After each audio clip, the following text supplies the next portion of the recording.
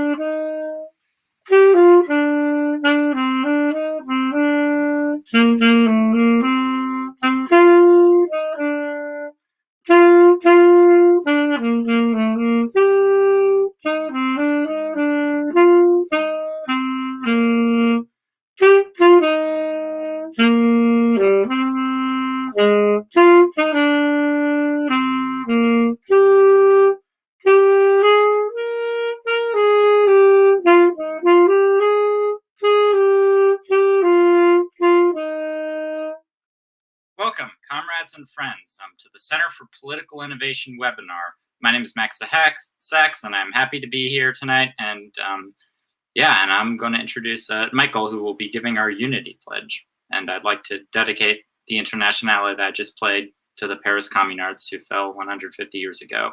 And it is our legacy of the socialist movement, and we have to live up to the memory of those who have fallen before us. And I think we should all keep that in mind while pledging to this unity.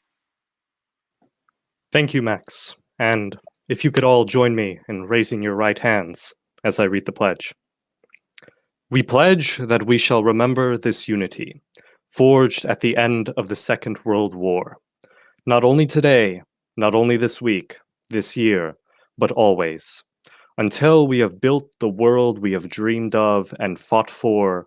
We pledge ourselves to build the unity of the people of the world, all races, all colors, all nationalities, all beliefs, to eliminate all traces of fascism from the earth, to build a deep and sincere international friendship among the peoples of the world, to keep a just, lasting peace, to eliminate want, frustration, and enforced idleness.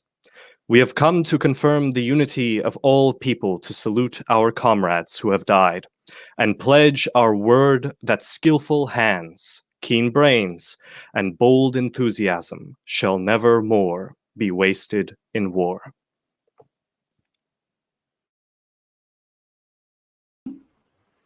Hello, comrades and friends, fellow workers. Welcome to Cancel This Webinar. Monthly webinar of the Center for Political Innovation. Wow, that is a great video intro. We need a government of action to fight for working families. We got a full crew lined up here today to speak with y'all. Very fitting pledge for this Memorial Day weekend. I know folks out there, trying to grill if it ain't raining like it is here. Get an extra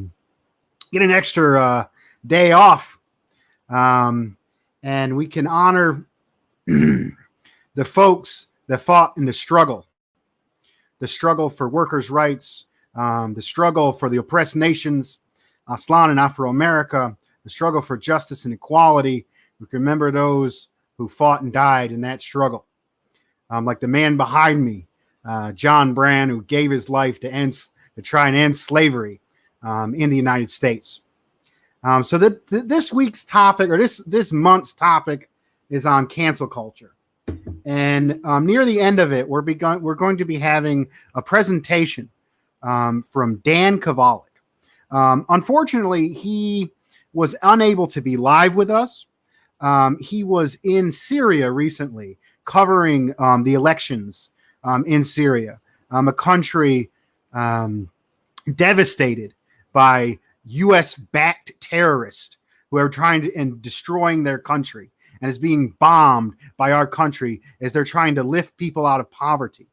Dan Caballic is out there covering the election, while the Western media will surely lie about it.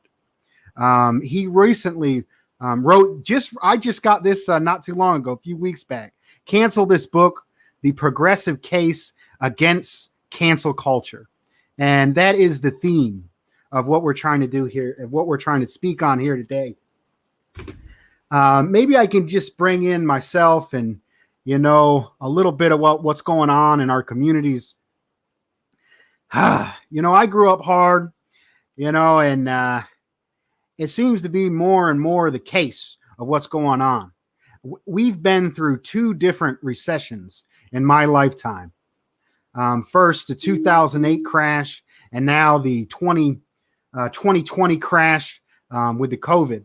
And it seems like working people have less and less buying power. And as this system is crumbling around us, the capitalist class is stumbling over their feet for short-term profits. While our schools are getting worse and worse, our roads are getting worse and worse, the environment is being destroyed, the system is collapsing around us. Neoliberal imperialist capitalism is insufficient. It is not providing a decent life for the people. And we've got to do something about it. And I can't do it alone, and you can't do it alone. A few people on this conference can't do it.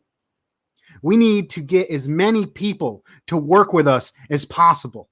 It is only from the people which comes the power. And we need to serve the people. And we ain't going to get nowhere with the people who have been tortured by this system, who live in a pressure cooker, in the hood and the holler, in the rural areas. People are suffering, and we got this media extravaganza, the elections, to convince us that the Democrats are the enemies or the Republicans are the enemies, when in reality the capitalist, imperialist, monopoly capitalists are the real enemies that are destroying our lives, robbing us and robbing our brothers and sisters and bombing our brothers and sisters around the world. And if we want to do something about it, we need to organize and get out to the people. And there has been this virus coming out of the synthetic left, coming out of the academia scene, coming out from the Trotskyites, coming out from whose sole purpose is basically on behalf of our class enemies to distort and divide the people. And that is cancel culture. How are we going to organize people? How are we going to do what the Panthers did and what the Chicano folks did in Chicano moratorium, or what the 1930s and 1940s communist movement did to build the labor unions? If we're going to go out to people and say, hey, you got that wrong, you're a transphobe, go to fuck away from here, we don't need you, you're perfect. It seems like all the communists and other folks want to do is build these little tiny social clubs where everybody's perfect. Well, I have faith and love in the masses, and that is where the power is coming from. And it is my position that we should build organizations and build environments for people to grow and become better people and better comrades, so we can form dual power and build a better society, build socialism. And that is why cancel culture is a disease to every organizer and revolutionary who wants to make a better future. Now, I'm very, very happy to have with me tonight one of my great friends and comrades that I've known for over a decade, who is struggling in Aslan, Khalifas Aslan. He is son of the leader of the longest standing chapter of Partido Raza Unida. He is a community organizer, labor organizer, and leader of the current Partido de la Raza Unida, and also the media group Telejaguar. Telejaguar is a Chicano-based media group that came into formation because the Trotskyite life, the synthetic left, decided that Chicanismo was canceled. A struggle going back before the 70s that has mobilized masses of amount of people and came to the explosion in the Chicano moratorium, which was an oppressed nation, oppressed people coming out against the war in Vietnam. So I'm very proud to introduce Ernesto Ayala. Thank you, comrades. Thank you, comrade. Thank you for having me on. It's an honor to be here. We have known each other for quite a while, and I'm proud to say that. Seeing you work and everything that you've been doing. And everybody else in the group. I could talk about how this virus, exactly as you call it, it has been a virus that has come out. As you said, a synthetic left, rad libs, all this stuff. It's affected a lot of struggle. The thing for us, is that if this had just stayed online and it was nothing, and it was just a few people who wanted to talk be in their own little worlds, well, fine, whatever, but this has actually affected our struggles in real life. That's why it became such an alarm. I'll give an example, from us, from the Chicano movement, the Chicano community. It was something we saw coming, right? It's the small comments, attitudes taken online in academia. Unfortunately, obviously, because they have more contact with them, but among the student movement, the Chicano student movement, some positions taken, which just didn't make sense, right? Or they were being weaponized. Then about 2 years ago, it was the 50th. It was going to be the 50th anniversary of Mecha. Mecha is a Chicano student organization, Movimiento Estudiantil Chicana de Aztlán. That translates to Chicano Student Movement of Aztlán. Aztlán is what we call our homeland, the Southwest. So it was going to be the 50th anniversary, and that was supposed to be something very significant, right? Because you have the student movement, this Chicano student movement, that's through thick and thin has survived 50 years of onslaught, 50 years of attacks, some of them open, some of them, similar to this. And from months before that and then months after that, you just had like this wave of assaults on our people, talking about, that there's such a thing as Mexican hegemony and Mexicans have some sort of power over everybody else.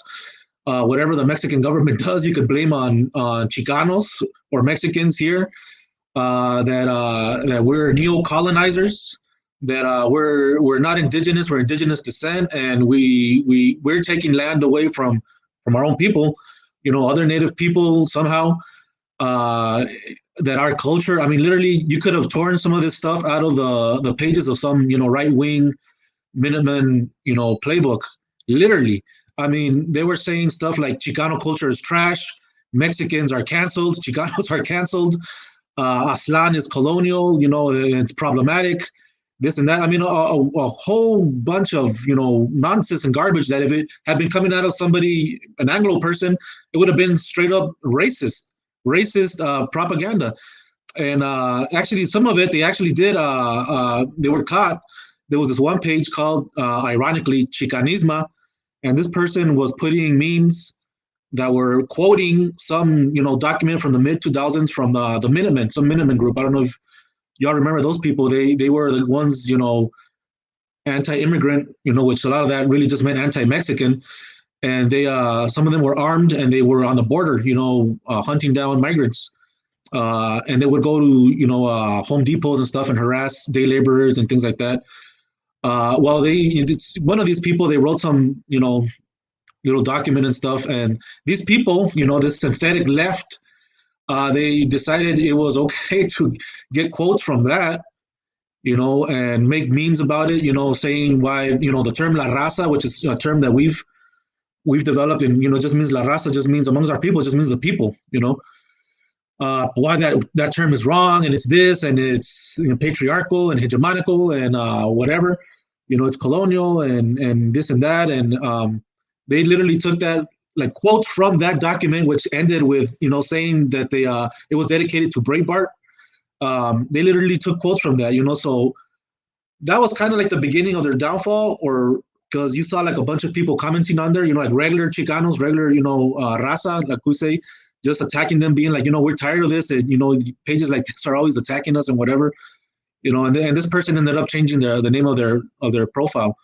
But anyways, we saw these attacks coming, man, with little nudges like that, and then it culminated at this conference, which was held here in Los Angeles out of UCLA. And I actually went the first day because there was an action, and I spoke at the action, which started at this park in LA, right? It's called MacArthur Park, which is in an area that has a lot of Central American, raza. And we marched from there to Olvera Street, which is like the beginning of Los Angeles. It's like an old adobe type of area. So we marched that route. It was supposed to be very symbolic, of our people. You could tell like people didn't want to shout some of the slogans. Chicano power, viva la raza, viva Aslan, which are just things that people have been shouting for decades. And the following day, I didn't go to that, but I knew a bunch of comrades that were there. They started having their conference, and at this conference, they literally proposed and they shoved it through everybody that they wanted to change the name of the group, Mecha, because it was not inclusive of people that are not Chicanos. I mean, so why are you there if you don't consider yourself a Chicano? There should be no issue with that. No one's going to be against you if you don't consider yourself a Chicano or Chicana. And that the word Aslan was colonial. We can't use that word because we're claiming land that isn't ours. Like, okay. So that they wanted to replace it, and they brought up a bunch of other, funky sounding, progressive sounding names. One of them was Movimiento Estudiantil for Progressive Action, so Student Movement for Progressive Action, totally erasing the militant revolutionary tradition of Chicanos, and in particular Chicano, Chicana students that has survived since 1968 when Mecha was founded. Because Mecha was all these different, student groups that came together. Mexican American Student Association, all these other groups, and they came together, at that time, 1968, and they said, well, this is what we are. We're Chicanos, we're Chicanas, and we're home in Aslan, the land that was stolen from us, first by Spain and then now by the United States. So it's totally, a national liberation struggle. That was basically the student wing of our struggle. And so this was proposed there, and they rammed it through. There was other proposals there to support, the people of Venezuela. They ignored that. They were like, no, we need to talk about this. There was proposals there to support, I believe even Palestine and other issues like that, and street vendors and other things. And they were like, no, we need to talk about this. We need to talk about changing the name because that's problematic, y'all. And according to them, it passed. There was a lot of people that eventually, they were like, well, we didn't vote for that, or we weren't even there, and they listed them amongst the people there. And it was interesting. One of the things that we found very interesting, which is why, these aren't just random things. Obviously, there's a lot of confusion. The state of society where we're at and all that. But we believe that there's other forces instigating this stuff. For example, the person that at that time was co-chair of Mecha, the co-president or whatever of Mecha, was this person out of Miami who was, again, we have no problem if someone is not like directly Mexican or already Chicano and saying they're Chicano. To us, they are Chicanos. But this person was, I think, Chinese Peruvian out of Miami, and they had gone to a charter school that was funded by Homeland Security. And now this person was a co-chair of Mecha somehow. And if you would go on this person's Twitter and all their profiles, all they were talking about was making money and this and that and whatever, and blah, blah, blah. And how did this person end up being the co-chair of this student group, with such a revolutionary legacy, So this person, was the one organizing people around themselves to do this, using all, the woke language, using, all the terms that we've all heard online, and which, there's issues that, of course we need to address and all that, but there are issues that don't come from the people. They come from the society that's forced on the people, capitalism and in our case, capitalism and colonialism, the oppressed begin to mimic their oppressor. But they try to make it seem as if these are things that Chicanos are inherently patriarchal, inherently homophobic, inherently racist, supposedly inherently anti-black, inherently, everything, all these things that's just who we are, So, yeah, Trump voters, basically, you could make these people say the same stuff verbatim, just make them brown colored, and have them, have orange hair or something. But this literally happened, and there was, for example, like a month or two before this conference. Another thing interesting was, there was this paper, this document came out from this person who, one of these Latinx people, who wrote a whole document, a whole paper, and it went viral, amongst, the Chicano circles, the Latino circles. And this person wrote about how Chicanos and Mexicans cannot claim to be indigenous because we're indigenous descent. We're not actually indigenous because we don't know what tribe we come from, and we're not in our original homeland, or whatever, and that we're invading other people's homelands, and like totally dicing up history. And I think that's one of the things that this points to, how, in general, American society, that's what it does, but it's like it's come to this extreme place in history where, every little thing is diced up, even the individual, we're not part of a working class, we're not part of a colonized or oppressed nation, I'm individually who I am, and that's who I am, and doesn't that seem convenient to the people in power to instigate that amongst the masses, especially at this point in time? But anyways, back to this person, they wrote this document saying all this stuff, right? And you had people, commenting like completely racist things on it. But there were people like us, brown people, raza, indigenous people, saying all this sort of stuff. And this person, we looked her up. We looked up this person, and this person obviously was getting ahead in academia, found a very cushy job, a very good job in her whatever field in science, supposedly her indigenous science and whatever, her decolonized science. And but this person was the daughter of, because she said it in her paper, but like very few people actually caught on it. She said that she was a daughter of her father had been a soldier in Central America. Not in Nicaragua, during the 80s, in one of the other countries, and we know what that means. Your dad was a soldier in Central America in the 80s. Your dad's a war criminal. Your dad's a disgusting, with all due respect, your dad's a disgusting murderer, and we know what type of ideas this person carries, and that's unfortunately a lot of the attitude, a lot of people that come from that strata, basically Gusanos carry, and they pass on to their kids. And these are the people that are then, they excel academically, and America tells us, look, there's people like you. Don't worry about it. Don't complain, Chicanos. There's someone that looks like you right there. Look, they're making it. You can make it. So shut up and don't complain. That literally happens. Because in higher education, the lowest academic group amongst, again, quote unquote Latinos are Chicanos, specifically male Chicanos that attend and graduate at higher education. But so this person, they wrote that, and this person, they're the daughter of a soldier, a former soldier in Central America. Okay, so we know what type of attitude this person has about all sorts of stuff, so yeah, but it's they dealt a literal blow to our struggle, and this was just months after everything that was going on in Nicaragua and Venezuela, obviously, but we had that time, was it like 2018, I believe, where the elections in Nicaragua, and you had like all this stuff online, all these fake profiles saying all this stuff about, Daniel Ortega is this and that, and the Sandinistas are this and that.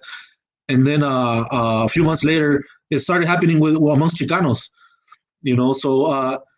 So it's obvious, if the empire is trying or tries to crush however they can, maybe not in the traditional form, but attempts to crush and confuse national liberation struggles in the rest of our continent and the world, they're going to try it at home, because they need to keep themselves intact. They're not going to permit a portion of the population that doesn't identify as American to develop, and claim land that was taken from them, which is the Chicanos, and we're rapidly becoming, we're already a majority in many areas, and they fear that, and they have a legitimate fear about that, but the thing is, we don't know that as an oppressed people, but they're going to try whatever they can to confuse people, and break us up. Tear apart the solidarity we might have, as oppressed people, and it's what they've been doing, in general to the population. Like I said earlier, we're at this point in time where you just become your intersecting identities. So what does that do? That just confuses people. That just makes people not feel, this whole language about allies, instead of comrades or brothers and sisters, have to show, to give up space or don't take up space, instead of solidarity, which is the only way human beings have been able to do anything, throughout history, whether it's here, whether it's in Africa, Asia, Europe, the rest of the Americas, the Pacific Islands, anywhere, So yeah, that's how it affected us, So out of that, we decided, compañera Karina and Matt Cedillo, who's a poet, Chicano poet, we decided, we had to do something, we had to fight them back. We can't just stay quiet, because one of the things these people count on is, they try to, like the name of the program, they try to cancel you, and oh my God, they're going to cancel me. And I've been canceled a few times already, and I'm still here. Nothing happened to me. As a matter of fact, a lot of the people that canceled me, I don't see them around anymore. So it's like they self-canceled after canceling, and it's because they have nothing to stand on. It's just that fear that they put into people. Like, oh, you're going to say something problematic, and you're not really saying anything problematic, but you're saying stuff that is inconvenient that they don't want to hear. We're all for, defending the rights of our, LGBTQ queer, family and friends and comrades, obviously we'll fight to the end for them, or for our sisters, and they've been fighting, and that, as a matter of fact, that's one of the things that they brought out, in particular about the organization that I belong to, La Raza Unida. There was this conference in the 70s where the women walked out of this conference, and the women at that conference were like, we're not going to be the ones in the kitchen just making tamales while you guys, the men, are over there theorizing and organizing and all that. And the women walked out, and the women said, we want our place in La Raza Unida, we want our place in the Chicano movement, we want our place in our struggle. And these people have taken that, and they're like, oh, look, the Chicano movement is patriarchal and problematic and this and that, and it's part of Chicano culture. But I think that proves something else. I think that proves that the Chicano people are combative and will fight to the end, as any other oppressed people, to demand our right wherever or whoever we are. So that's the way I see it, But and so, we have that tradition as a people, and obviously all oppressed groups have that. But that's something we've had to fight. So we started, this platform Telejaguar out of that, to fight back against these people, to try to educate people. Because, one of the things, again, as has been said, earlier, in general, the population doesn't know anything about Chicano history and Chicano people. We're led to believe that there's this amorphous brown blob called Latinos, or now Latinx, that just exists in the United States. And 70% of that is directly Chicano, Mexicano. And, again, like I said, Chicanos in our people, in our community, we're we have people that are not of Mexican descent or already Chicano that become absorbed because we're a nation in development. I mean, history doesn't stop at the borders, and it didn't stop in 1848. Groups of people keep developing. That's just the way reality is. So that's what the Chicano people are. But so we decided to start this platform Telejaguar, where we highlight Chicano history, people in our history, events, all the way from in the far past, to present and everything in between that we can, historic people, individuals in our history, including women, obviously. And, we've been able, to fight off a lot of this nonsense, at least from Facebook and Instagram a lot, but, we do see a lot of people, because there's this, in our community, in our people, there's like this flourishing of our culture now. And a lot of people beginning to once again say, I'm Chicano or I'm Chicana and I'm proud, or even people saying, I'm Chicanx. I mean, at least that's still Chicano, but, they try to, that's another perfect example, the fact that a lot of us argue against this word, and it's not, has nothing to do with, Latinx. I mean, it's going to confuse a lot of people, and people should take time, to, if that's what they want to use to explain it to people that are confused, because that's part of education. That's part of being a revolutionary. You struggle with people, and you take your time, to educate. These people don't want to do that. They just want to cancel you if you don't agree with them, but we're not against Latin X because of the X. We're against the word because it attempts to erase our history and our struggle for national liberation. Our history as an oppressed indigenous group of people here in the Southwest, what is called the Southwest in the United States, what we call Aztlán, our occupied territories. It attempts to erase all that rich history of struggle, all those people that have fallen, in this struggle, given their, the most ultimate sacrifice, their lives, both men and women, both young and old, and everything in between, people that have fallen, shouting Chicano power, Chicana power, Viva Aztlán Libre, or Viva la Raza, So, we made this platform, and we've been able to struggle, and I believe successfully, against a lot of these forces that have been confusing our people, and once again, like I'm saying, you see a resurgence of pride, because that's as a colonized people, to fight, to struggle, and we can see this with the Palestinians. If the Palestinians didn't have one national identity as Palestinians, where would they be? Israel would have, they've put them through hell. But Israel would have been able to, probably done worse than that. But the Palestinian people know that they are Palestinian, period.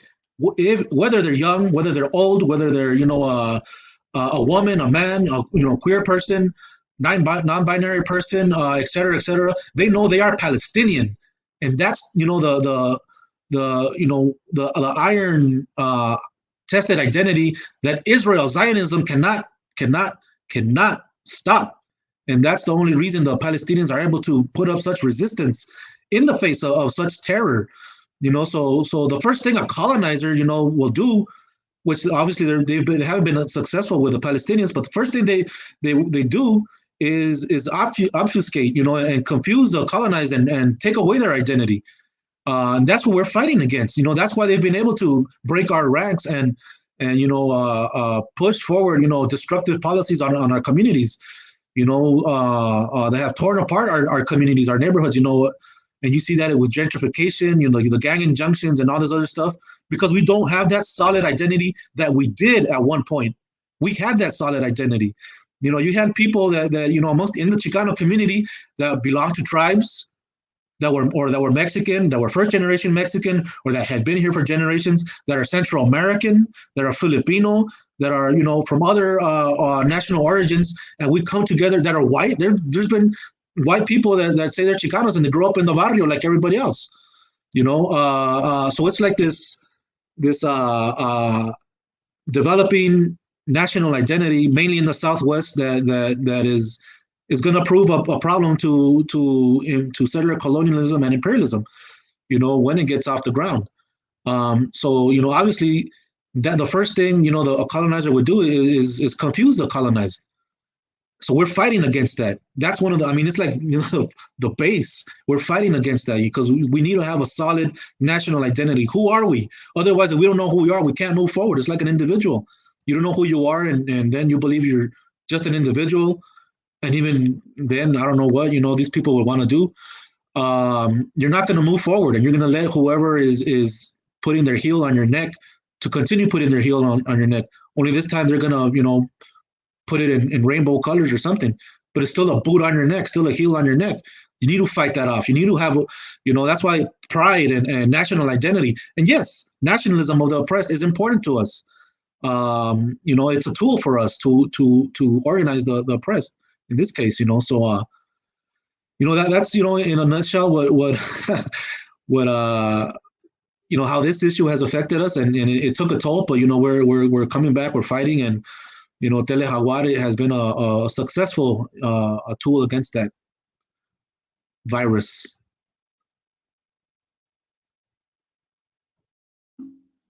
Thank you so much, comrade, for that moving speech. I particularly like the way how you connected the struggles of Aztlán with Palestina, Nicaragua, Venezuela, is the imperialist attack. The imperialist, the monopoly capitalist, this small group of oil banking cartels is attacking the Chicano people, the Afro-American people, the working class here, and the global South around the world. And I applaud you for all the great work you're doing and the knowledge that you're spreading, brother.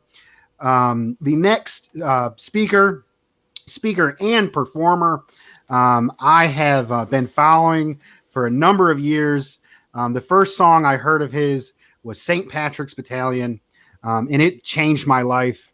I've been following him ever since. He is a world-round traveler, a professional musician, and extremely innovative. As the record industry was collapsing and selling physical media was collapsing, he came up with a Patreon, a community-supported art program before Patreon even existed. And he has been continuing to do live streams from various platforms on a number of subjects. Please welcome Comrade David Rovics. Thank you so much. That was absolutely fantastic presentation, Ernesto. And I'll talk, but first I want to do some, what do you call it, like annotating of what Ernesto was just talking about.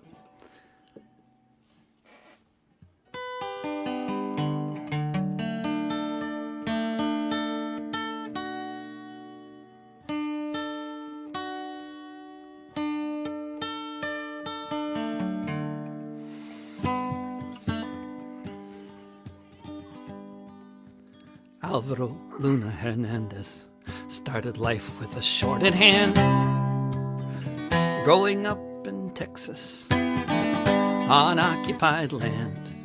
His troubles with the law and with the sheriff of Alpine resulted from a racist gang crossing every line of respect for human decency. Vicious thugs in blue who have ruled the hills of Texas since long before 52. In the middle of the 20th, when Alvaro was born, it wasn't long before the first time that he was torn from the streets of Alpine to a windowless cell, when the cops kicked his head till no one could tell if he'd live or die, and somehow he was breathing still when the morning sun was shining in the Texas hills. Alvaro Luna Hernandez grew up to lead the fight against police corruption and for human rights.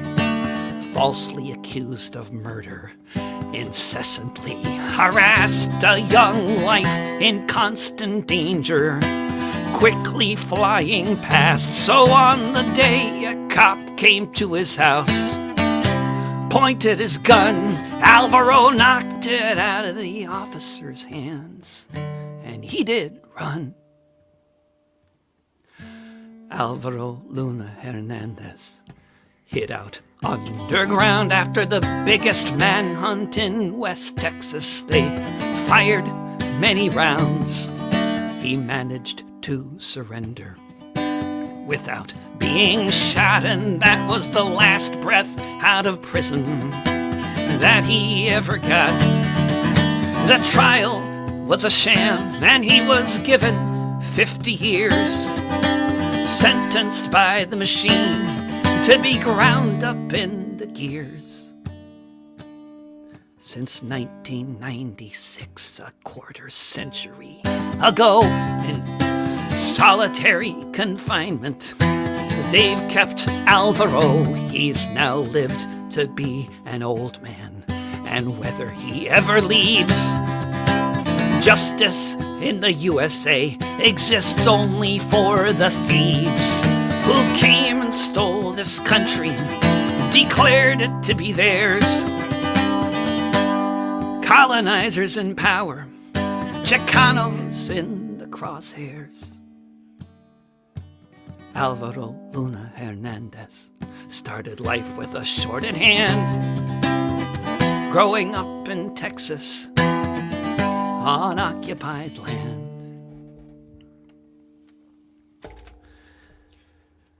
And I'll talk, but I'll do another song to illustrate Ernesto's, what Ernesto was talking about a little more. Let's see here. I got everything in alphabetical order here.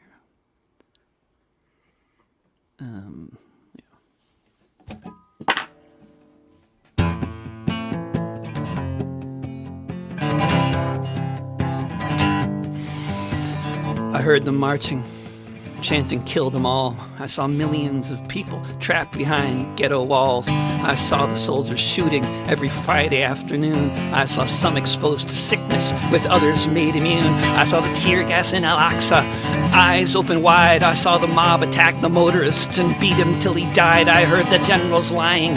I saw the tanks moving in. I heard the settlers shouting, "Let the killings begin." Look up above, hear the ear-splitting sound.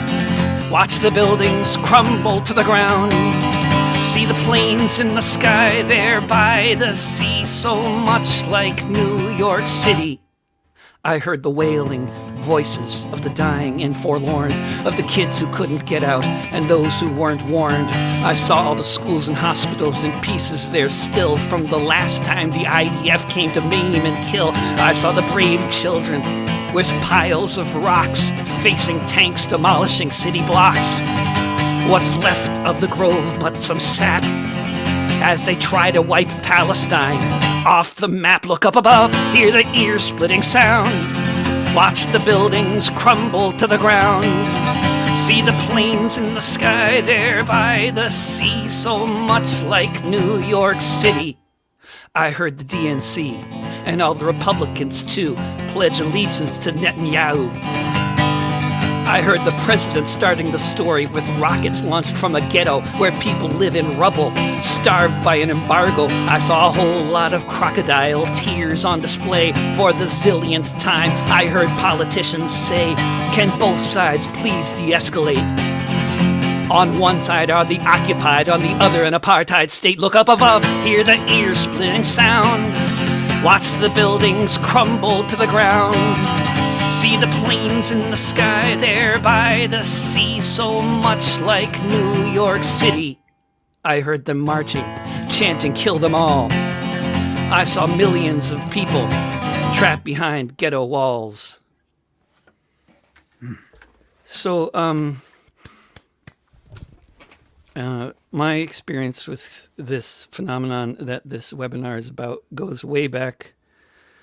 And I don't even know like exactly how to describe the phenomenon, but there's like a tremendous atmosphere of paranoia on the left that has been getting worse throughout my adult life, and anti-social media has exponentially increased the paranoia.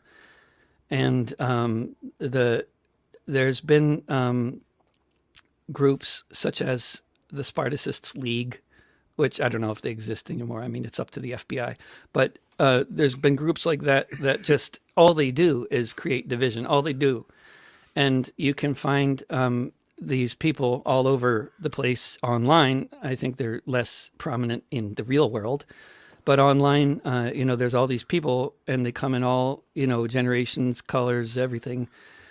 And they have this whole orientation towards denunciation, disavowal, just calling people out for no particularly good reason other than calling people out. And I think it's very important to distinguish between calling out extremely powerful people who are doing extremely horrible things and basically forming a circular firing squad and taking out your comrades, which is the phenomenon we are talking about here. We are not talking about Harvey fucking Weinstein.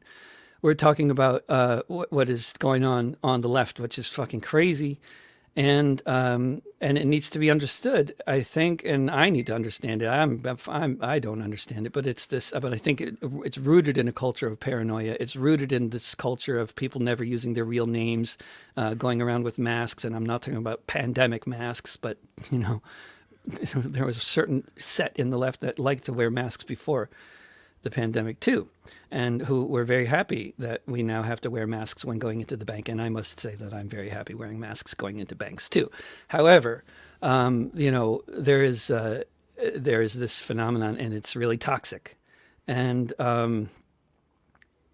my experience with it, basically, I think what Ernesto was saying was so important because, I mean, for a lot of reasons, but basically this phenomenon, it's important to recognize that this is first of all, it's a basic technique that U.S. intelligence agencies have been using around the world for a long, long time. Divide and conquer based on finding the weak spots within different cultures. They fucking employ anthropologists to do this. They have anthropologists. There were anthropologists employed in Southeast Asia during the 60s who were employed for the purposes of, I guess I don't know why they necessarily had to employ anthropologists, but that's what they did. I mean, they were looking for employing people to find the weak links in the culture so that they could exploit them. And this is exactly what is going on the left now. But it's not new, but the weak link, and it's not, and it is our but what really is most troubling about this phenomenon is what Ernesto was talking about, that it is our fellow leftists, doing this kind of thing, or people who think of themselves as leftists. We can call them the synthetic left. That's a nice term. Or we can call it the circular firing squad, or we can call them the extreme identity politics crowd, whatever word we want to use to describe this phenomenon. There's a lot of words out there. I mean, there's pros and cons to them, and I'm not sure what the best one is. And I understand, and I've been using the term left cancel culture because it's so provocative, because the term cancel culture is coming out of the right. So, sometimes it's useful to piss people off, to get them to think like, oh, we're doing that? We really are doing that. Oh, that's us they're talking about. Yeah. But, this divide and conquer thing, this is certainly COINTELPRO stuff. It's certainly stuff that we know the FBI does. We know the U.S. does it all over the world.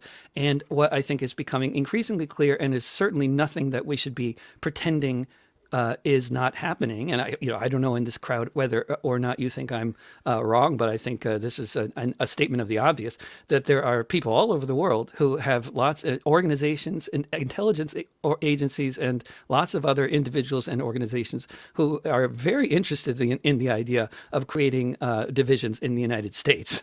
And, they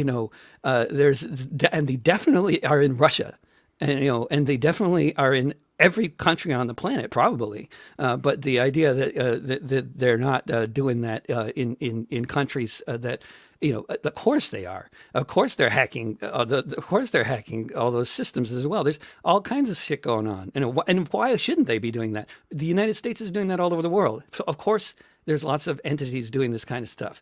They don't all have the betterment of humanity in mind. Destroying society in the U.S. is a goal in itself. And maybe it's a good goal. I don't know. I tend to think not. But for some people in the world, it might seem like a sensible move in the right direction. I don't know.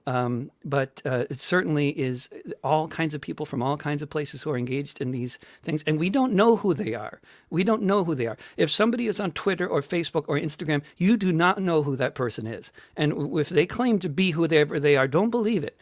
If they're verified or whatever, okay, but some random person claiming to be whoever they are, we don't know who these people are. And, we don't know where they're from. We don't know what their interests are. We don't know if they're right wingers or left wingers. But what you can do, what I often do is look at the Twitter feeds of the people who are calling me a Holocaust denying anti-Semite, which is a common accusation, completely baseless. But when these kinds of accusations are being made, I look at their Twitter feeds. These people, these people trying to find anti-Semitism under every rock, whether it exists or not. These people are, they everything on their Twitter feed. I mean, it's like, the entire thing on their Twitter feed, it's all taking down their fellow leftists. You can see, so, this is these are the modern iteration of the Spartacist League. And for those of you who are too young to know what the Spartacist League was, it was a group that put out a newspaper called the Workers' Vanguard that all they did was take down fellow leftists. And I don't think the paper still exists. Maybe in some corner of Manhattan, there's still a publication with 5 copies or something. But I mean, this is what's going on. And my experience of it with this phenomenon began in Germany basically 21 years ago when the Second Intifada started in Palestine, and I started writing songs about it and got a tour of Israel canceled. And basically, I started getting vilified, for being a pro-Palestine, for supporting the Palestinian cause, and this took various forms, including this bizarre form of known as the anti-Deutsch. And I won't try to explain what this group is. I've written a lot about them. If you want to read articles about them on Counterpunch and elsewhere.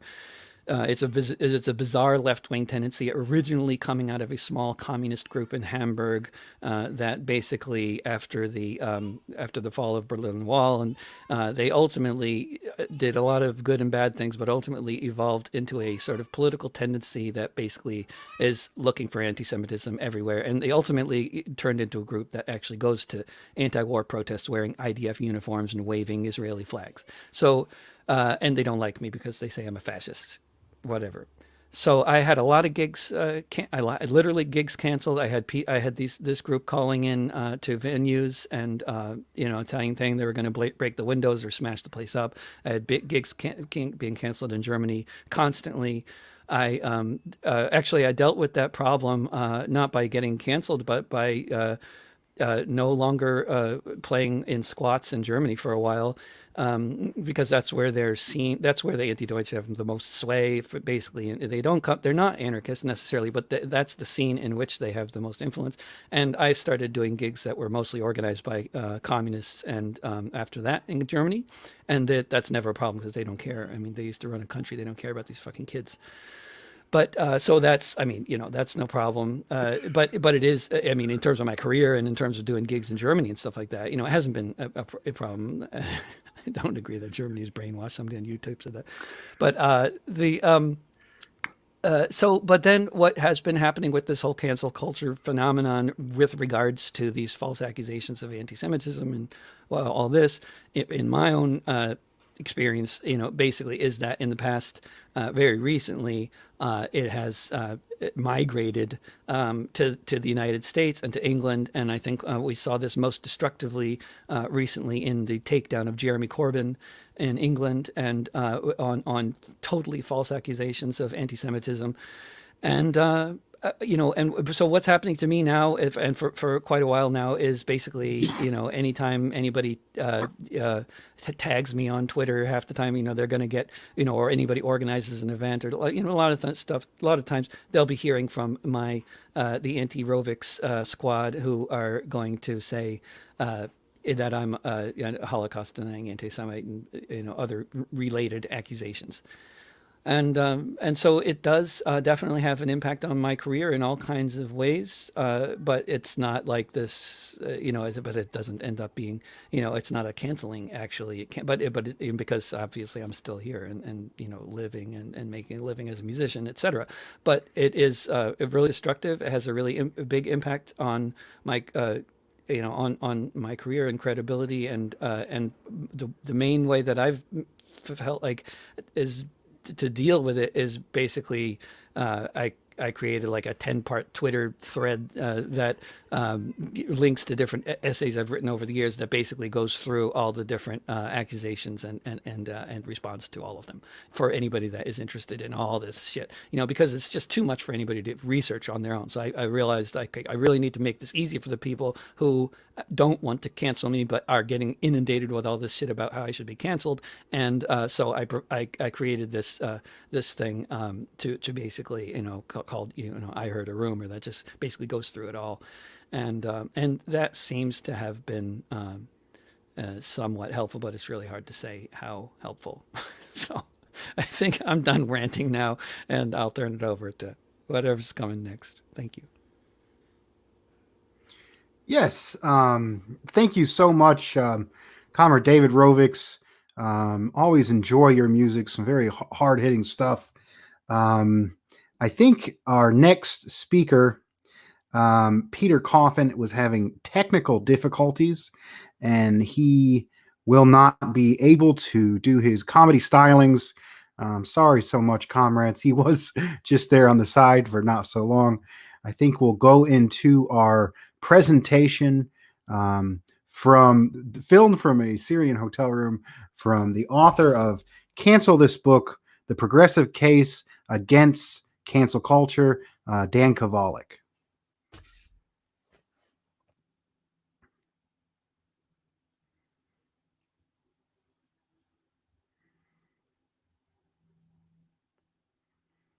Caleb, are we able to get that up and going? One quick technical thing. I think I have to. One quick second here. All right. Try one more time. All right.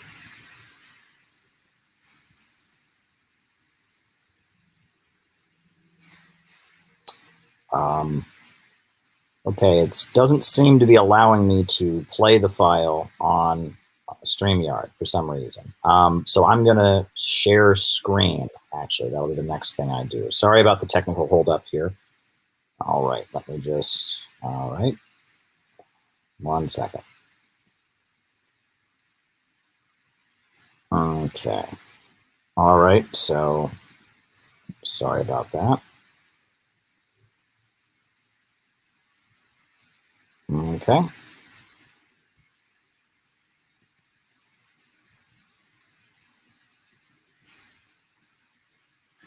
Okay.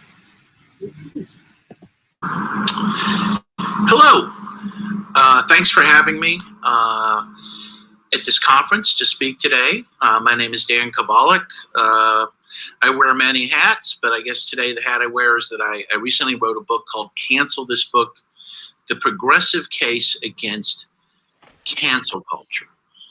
And I'm actually coming to you from Syria. I'm in Damascus, Syria right now, which may not seem relevant to this discussion, but actually something I saw yesterday made me think that it's relevant. So I was at a market in the old part of the city of Damascus, and the market has Roman pillars that the Romans actually made there because, of course, the Roman Empire stretched into Syria, and there are many Roman antiquities throughout the country that the Syrians protect, in which, frankly, the jihadists who invaded here tried to destroy, and in some cases did destroy. particularly in places like Palmyra. Why is this relevant? I mean, it made me think of some of the tendencies in amongst some liberals and even leftists in the United States who actually, strangely, I could see supporting the jihadist goal of destroying the Roman antiquities that stand in various cities, including at the market, believing that, hey, we gotta get rid of these monuments to the imperial occupier from many years ago. And obviously, I would not agree with that. And the Syrians, again, outside the jihadists, don't agree with this either. They're very proud of the Roman statues and again, buildings that stand because it's part of their history. It may not be the part of the history they like the most, but it is part of their history, and it's part of human history. And so they see themselves as protecting that history. In fact, I believe it was in Palmyra where there was a museum curator who hid a lot of the antiquities as the jihadists were entering the city. He ended up being killed, but he took great pains to protect these things. And we see in the U.S., again, amongst the liberals and some of the left, and that's who I'm going to focus on. The right wing, they have their own version of this cancel culture, but I'm going to focus on the left end of the political spectrum because that's where I come from, and that's what I know the most of. And frankly, it's the left end of the cancel culture that bothers me the most as a leftist. You have people in the U.S.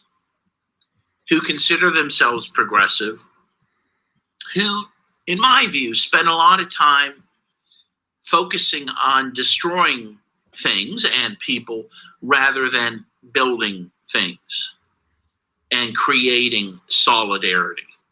I see as part of this cancel culture evidence in attempts to destroy or bring down or get rid of statues of even people like Abraham Lincoln. There was an abolitionist statue that was taken down. You have this beautiful art murals in San Francisco that were made during the New Deal, actually made by a communist. Beautiful mural depicting George Washington and other founding individuals and showing them killing Native Americans and enslaving people. Now, of course, I thought that was a history we wanted to show people, but the school board, because this is in a high school, actually moved to destroy these murals, saying that this would trigger some of the high school students. Actually, it was Danny Glover who fought to prevent those murals from being destroyed. So in the end, they covered them. So they did cover them. So these high school students who I guess go home probably and play Call of Duty and other violent video games and who, watch Quentin Tarantino movies and other kind of violent movies, somehow we are told by the school board simply cannot deal with this work of art. Completely insane. But this is the moment we're finding ourselves in. And again, the most common form of this cancel culture is the focus on destroying individuals. My book was written because of something that happened in my hometown of Pittsburgh, Pennsylvania, to a dear friend of mine. Her name is Molly Rush. She's been a peace activist for over 50 years.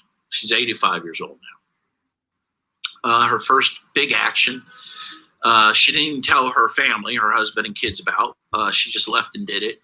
Was a civil disobedience to protest nuclear proliferation This involved going to a nuclear missile site and symbolically hitting a hammer on a nuclear missile. I don't think it was armed at the time, by the way. And she was there with the Berrigan brothers, if you know them. She was arrested. She actually faced a potential life imprisonment. That never happened. She did serve 11 weeks in jail, much to the chagrin of her family, who, again, didn't even know she was going to do this. She then went on to live a life of fighting for peace and justice. She helped found 50 years ago, I believe this is the 50th anniversary year, of the Thomas Merton Center in Pittsburgh, one of the oldest peace and justice organizations of its kind in America. She advocated successfully for the construction industry and unions to admit African American construction workers. She's lived an upstanding life. And then last year, during the height of the George Floyd protests, she posted a meme. She actually reposted it, like many of us do. You know, you see a meme or post that you strikes your fancy and you just hit share. Well, that's what she did. This happened to be a meme that had a picture of Martin Luther King, and it said on it, "Never looted, never rioted, save the world."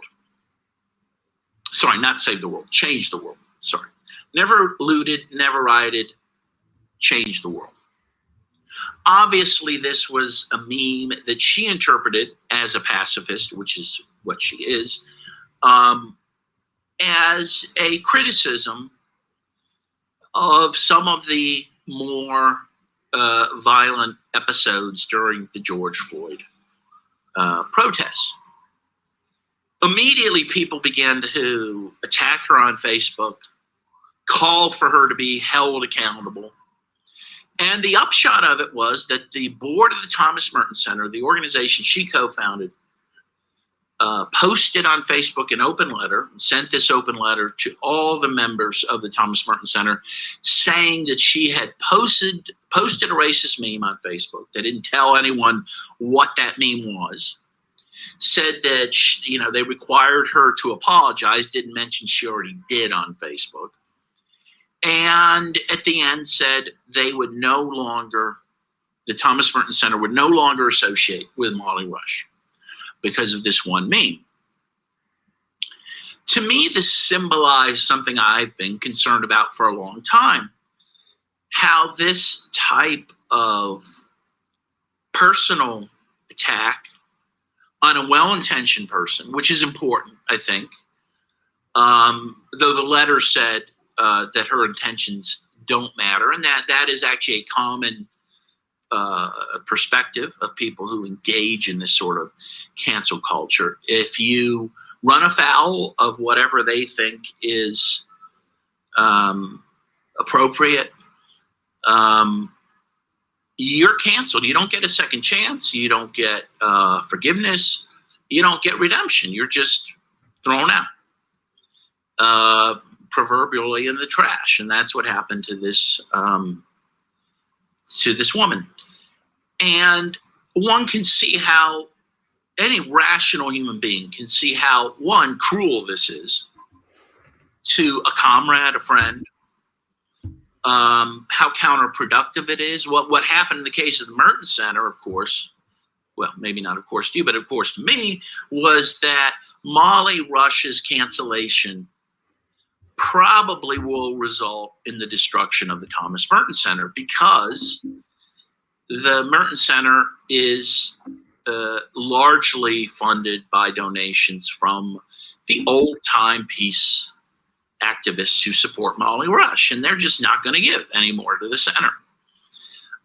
So frankly, this act against Molly was an act against the center itself, and was self-destructive by the members of the board and by people employed there, who were completely unapologetic. They were confronted by some people, leaders from the Merton Center, who sent a letter to the board saying, hey, you can't treat her this way.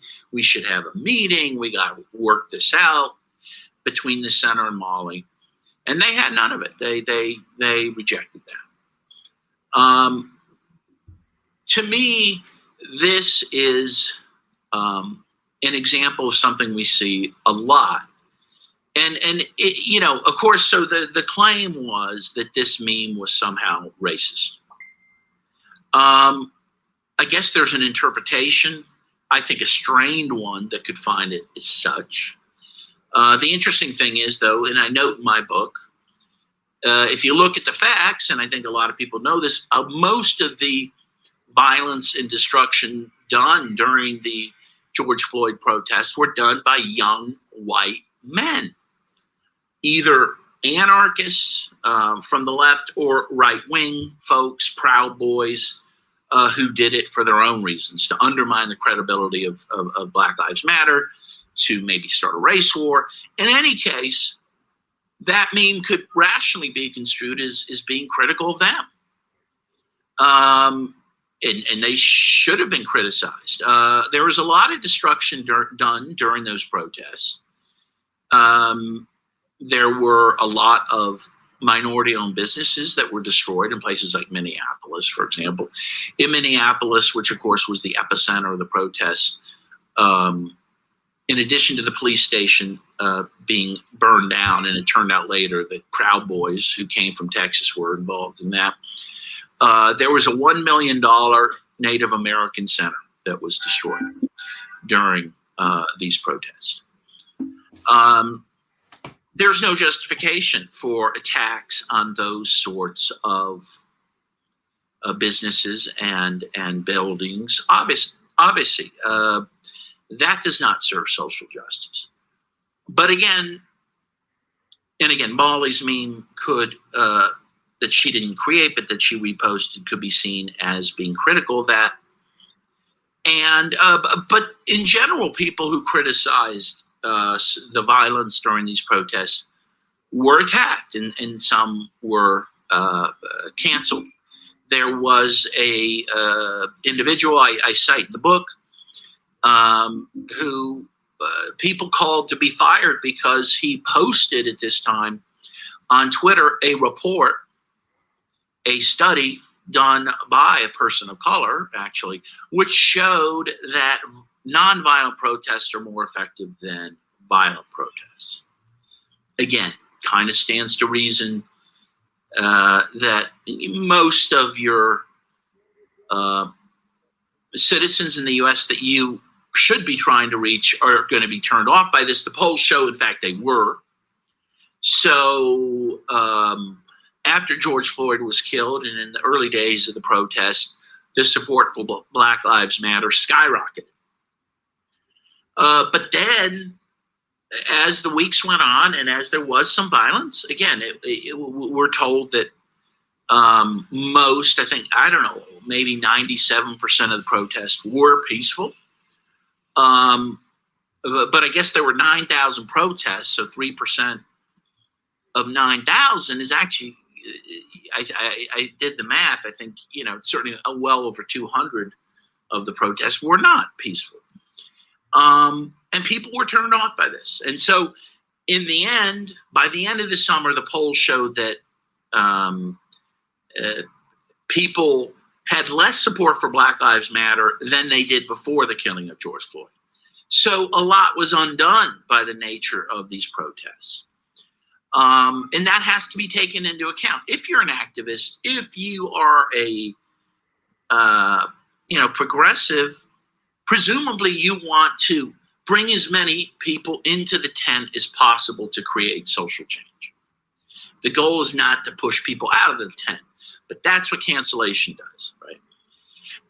And a lot of the cancellation is directed towards people who may not be as well educated in general, but certainly on issues of race and gender, which, you know, as we know, has norms that are ever evolving all the time, you know, and not everyone keeps up on those things. Instead of someone who takes issue with a statement or a writing that they view to be racist or to be sexist or to be transphobic, instead of just maybe calling the person and saying, hey, that wasn't smart, and here's why it's not smart, and here's why it's not appropriate. Again, that could have been done with Molly if someone felt that way. Immediately the goal is instead to persecute that person and to shun them in actually a quasi-religious way. There's this almost puritanical nature to this wokeness and cancel culture, in which the attacks on individuals, appear like an old-fashioned witch hunt. And it gets quite ugly, and people end up bullying others in the name of social justice, which I find completely offensive. But the other, so this brings me back to I was thinking about this, the Occupy movement of 2012, which in my view could have been a lot more effective in the end than it was. And I have my critiques of that, but I won't get into that right now. But the one thing that was good that came out of the Occupy movement was this slogan of the 99% versus the 1%. The 99% of us who, are fighting over scraps, while 1% of the population in the U.S. controls 50% of the wealth. And I think that slogan was brilliant in many ways. And what it, of course, suggested was that the 99% of us who actually work for a living have a lot in common with each other, more than we don't have in common, and we should unite the 99% of us and overthrow the 1%. Well, that's a smart way to view the situation, and it's smart from an organizing perspective, an ideological perspective. It's very Marxist. What this does, what has happened since that time, is that a lot of people on the so-called left don't want to unite with a huge percentage of people within the 99%. They view them as, in the words of Hillary Clinton, deplorable. They view oftentimes working class people in the middle of the country and rural areas as not good enough. They're viewed as racist. They're viewed as sexist, as behind the times. And again, instead of trying to reach out to those people and educate those people, if that needs to be done, those people are essentially forgotten and forsaken. This is not a way to win social change. And the interesting thing is that the George Floyd protest showed was that these people are not so deplorable. You had people, working class people, from places like Hazard, Kentucky, West Virginia, Iowa, Nebraska, who were out protesting for Black lives. What this showed was that maybe these people aren't as racist as they are presumed to be, and that they are reachable. And that should have been the takeaway, I think, from the protest. Instead, it was the opposite. Again, that these people needed to be, the felon of this category needed to be vilified, that every Trump supporter should be viewed as a fascist, a racist. You're talking about, after the election, we saw that nearly 74 million people voted for Donald Trump. And a lot of those, by the way, were people of color. I think there's like 18 million people of color who voted for Trump, who I think would be pretty unfair to call them racist or self-haters or whatever. And then of the white people who voted for Trump, you have many millions who did so. And you're just going to write those people off as irredeemable, every single one of them? But that's what was done. I mean, there were articles I saw in very reputable magazines like The Atlantic, that I quote in my book, a liberal magazine, that said that the 74 million people who voted for Trump are just like Trump. They're selfish. They're racist. They're entitled, which is just completely unfair. Are people in West Virginia who live in abject poverty, who don't have running water and sewage, as a UN study found, many in some of these more remote places in West Virginia, are they entitled? Are they selfish? I don't think so. Are they racist? I mean, some may be, perhaps. But I don't think that is the gist of their anger and concerns that may have motivated them to vote for Trump.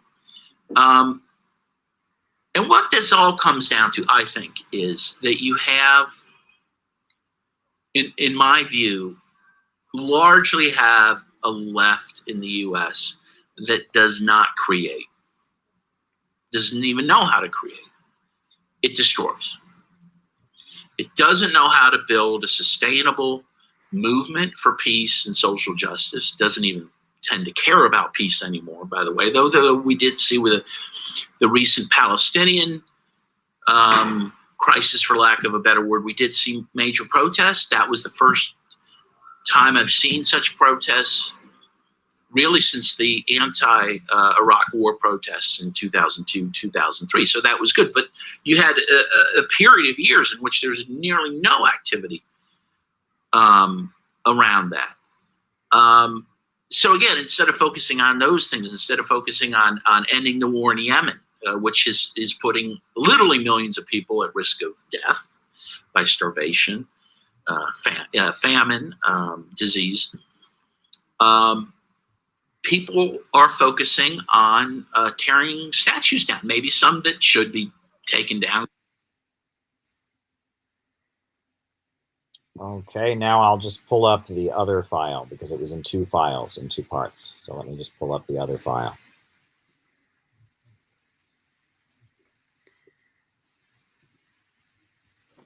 Okay.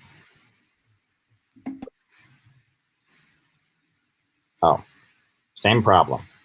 All right. Okay. So I guess we'll just share screen. I'll open that file and then we'll share screen once again. All right. Okay. Okay. All right. 3, 2, 1, share screen.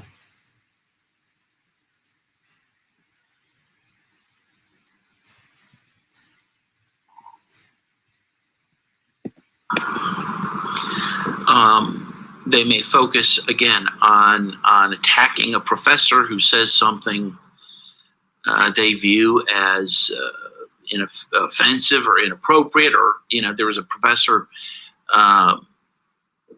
over the summer, last summer, who students thought fell asleep during a Zoom call about racial diversity.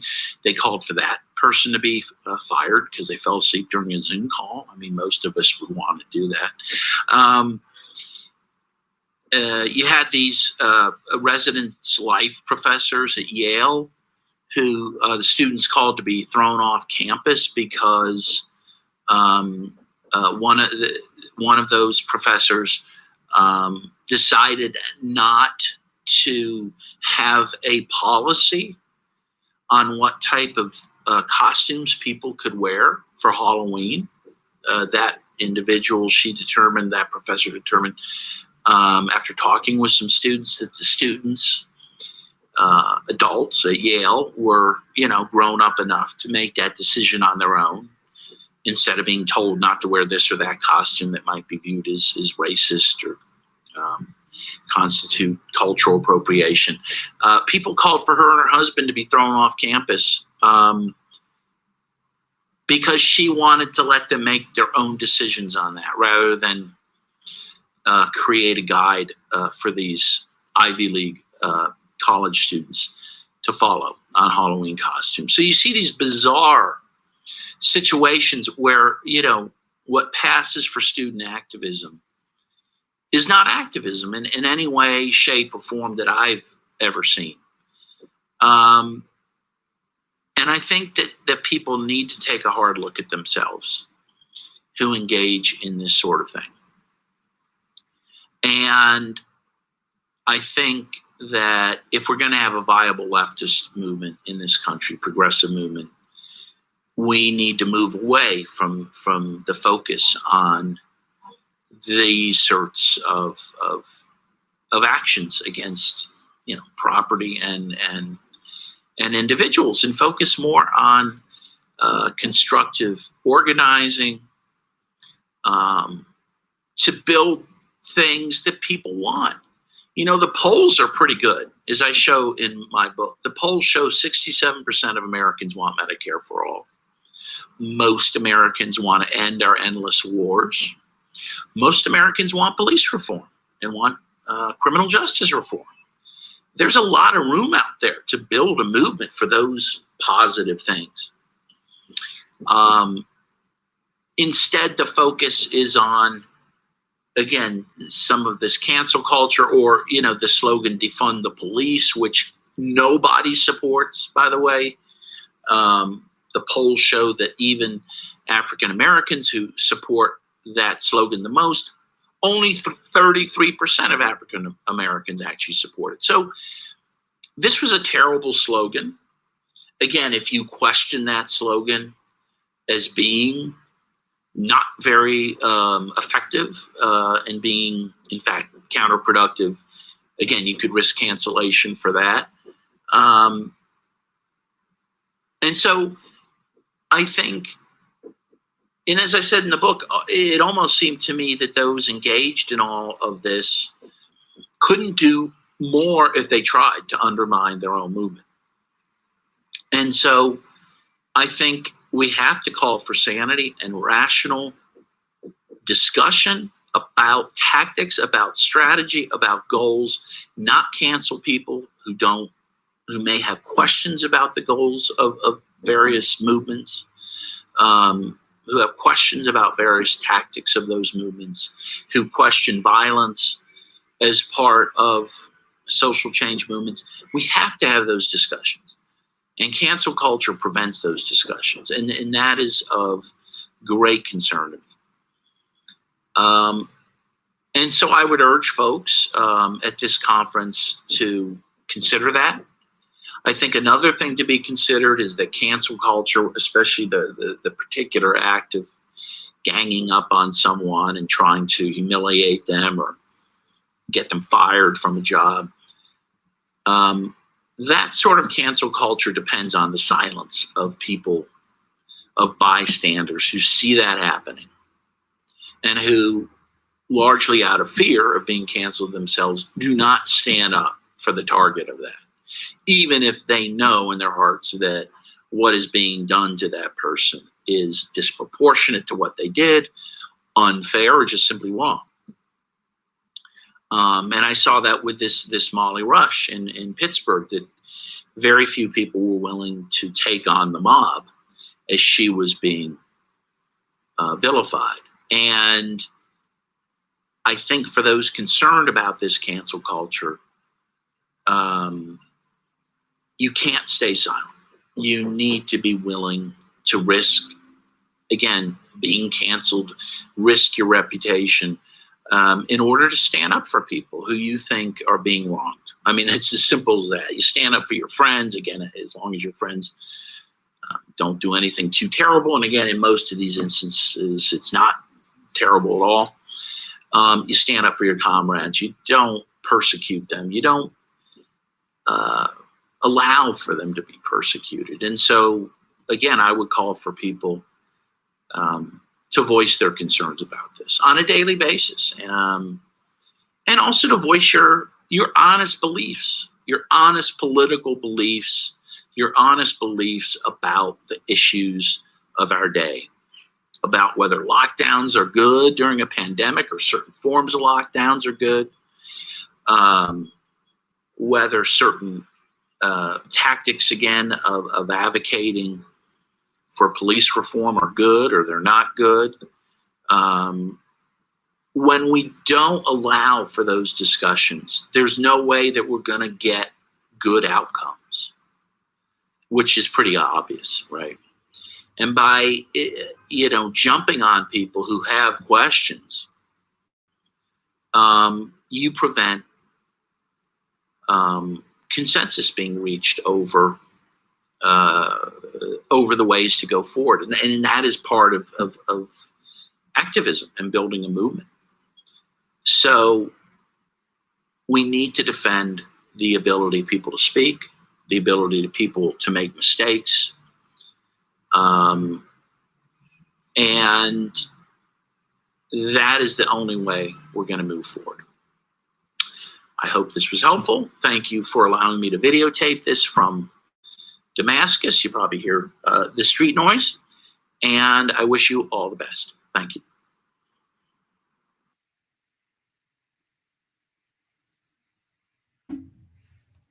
Thank you. If Dan Caballic is listening or listening to this later, thank you so much for taking the time to voice your very informed position on this issue. And I recommend people looking into the Comrade's book, Cancel This Book, The Progressive Case Against Cancel Culture. He also has a number of other books from a strong anti-imperialist position, as far as No More Wars and others. I think what I said at the beginning of the show, and I think has been a current among the speakers, is we need to organize the people, empower the people, build places for the people to grow. And we can't do that if we're constantly trying to build little cliques and clubs and tear down instead of build. We are city builders. We need to get out of the movement into the masses and build the movement for a better future. I believe we're going to go into our question and answer session. Not sure. Let's see. Has there been any super chats? How you want to run this? Caleb, you want to chair this or? Well, I think we should start with any comments that our speakers would like to make. And then from there, we can start answering questions from the chat. And I will say that super chat questions in the chat will get priority. And CPI has a number of efforts. We're in the process of, getting together some in real life events and such. So a super chat here will go to fund CPI's efforts, and super chat questions will be given priority. But why don't we have some of our speakers talk first, and then from there we can start answering questions from the chat, etc. So anyone among our speakers want to make some comments? I mean, I'd be more interested in hearing if there's any particular questions personally, but unless Ernesto has something to say, which I think be constantly interested in. Ernesto, any questions? Go ahead. No, I'm open for questions as well. Very interesting conversation and hearing everything from everybody.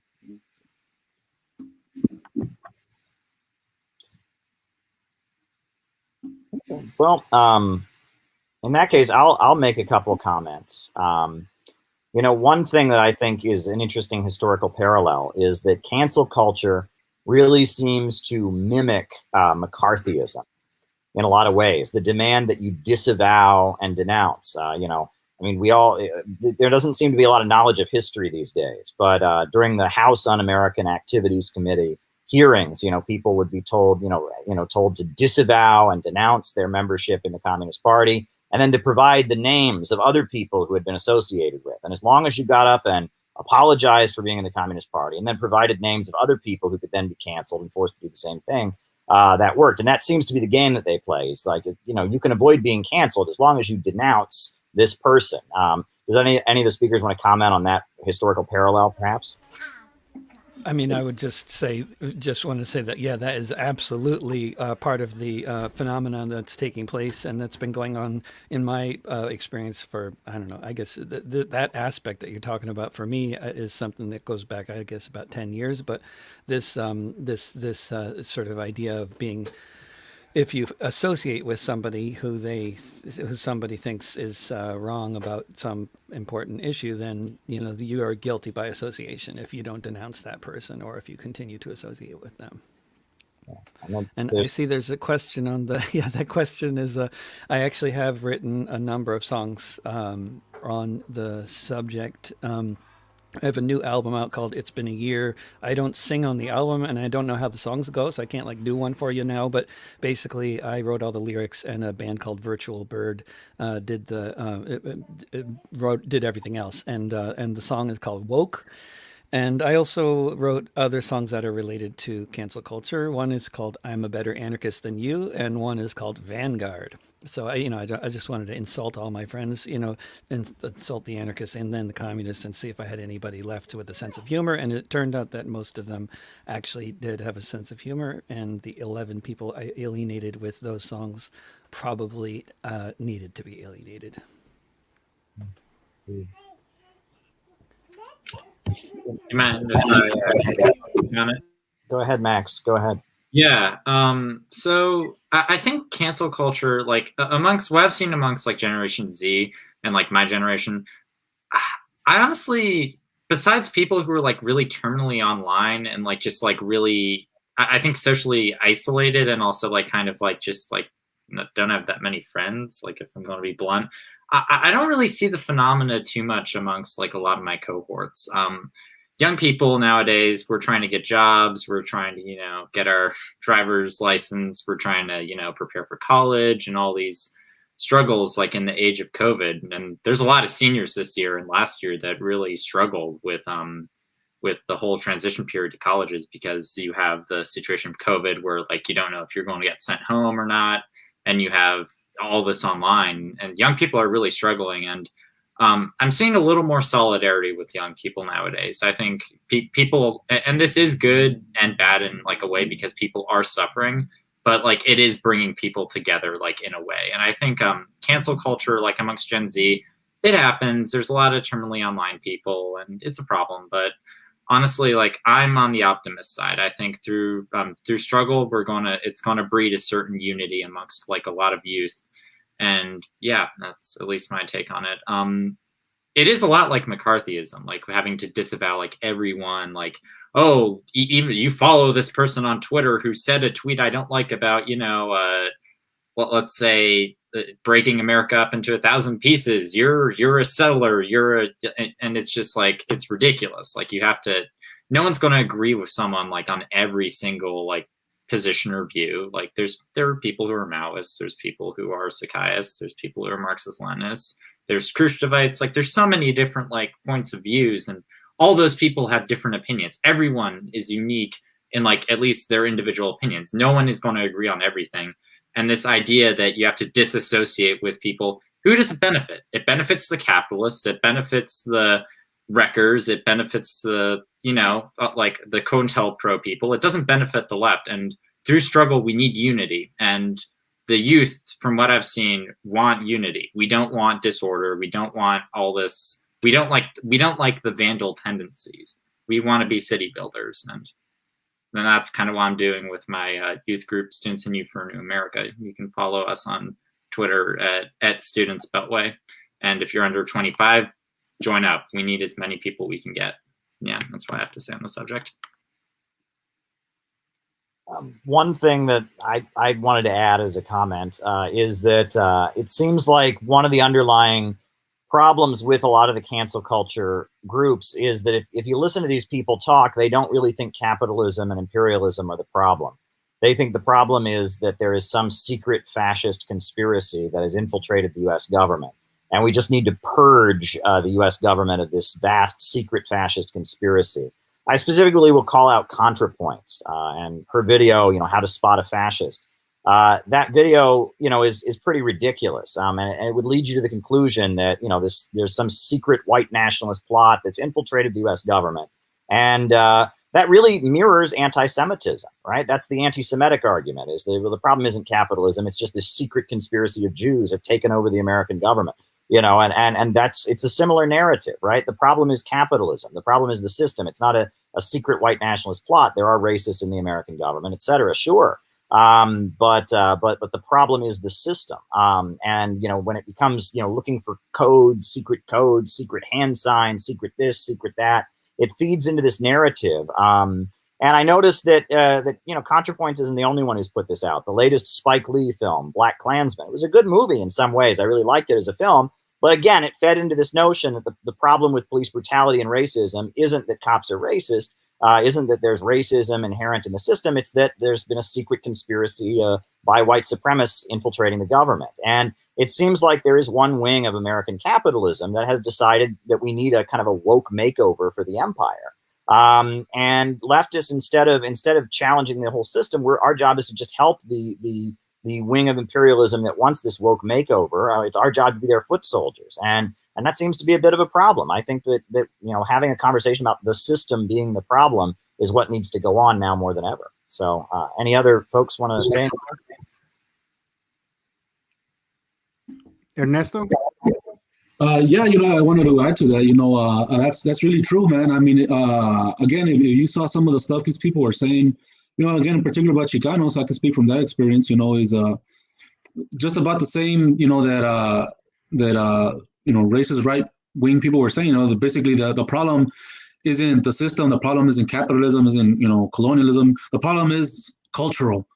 The problem is that this community here is inherently this and that. And the men of this community, straight cis men, are inherently problematic.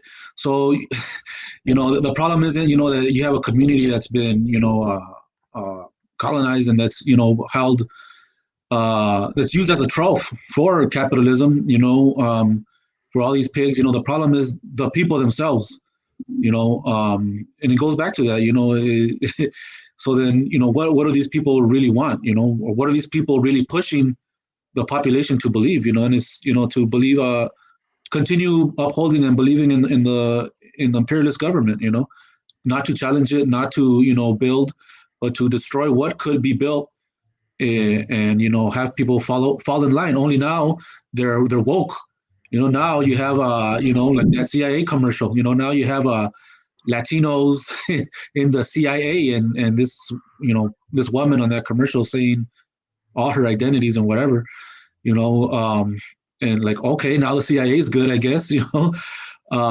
so it's ridiculous, it's basically, the imperialists, they know what's going on. They know that there's a shift in the population, that there's a shift in the way people are seeing things, and that economically, I think that like a brother was saying, that among his generation, doesn't see that as much, and it's probably I think maybe that the reality is setting in.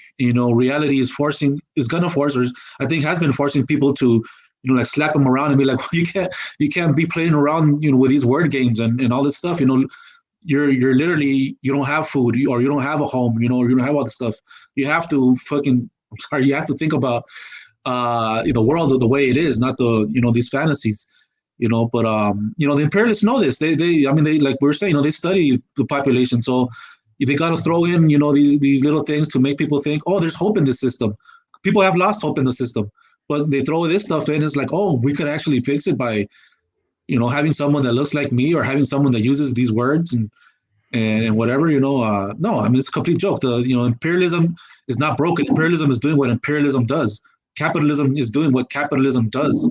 Colonization is doing what colonization is supposed to do, so it's not like, you just need to vote anybody in or vote the right person in now that says the right stuff, and whatever, it's like the brother said, Caleb said, it's a problem. The system is the problem.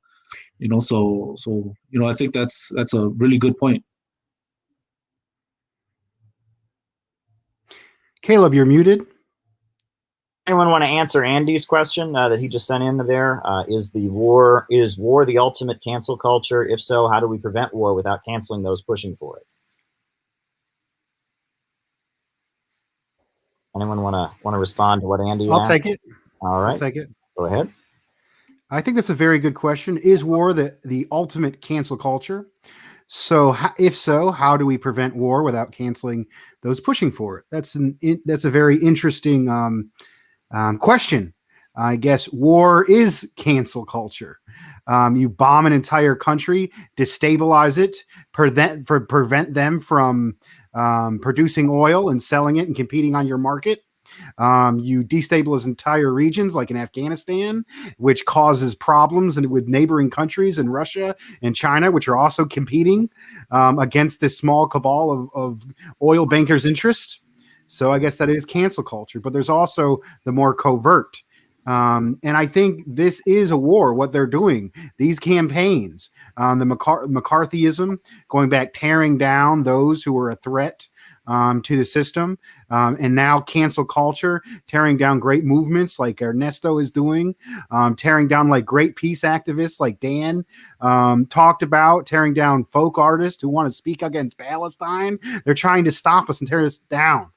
And I think the answer, instead of going around trying to cancel anybody who doesn't exactly believe what we believe, but unite as many people as possible in our community along the struggles of the national question and class, organized to as broad as possible, build environments where people can grow and build power that is competing with them. And this will be attacked. But if we're strong and we stick together and we don't believe their lies and we keep our rationality, I think we can do something about it. Comrades, anyone else want to add to that?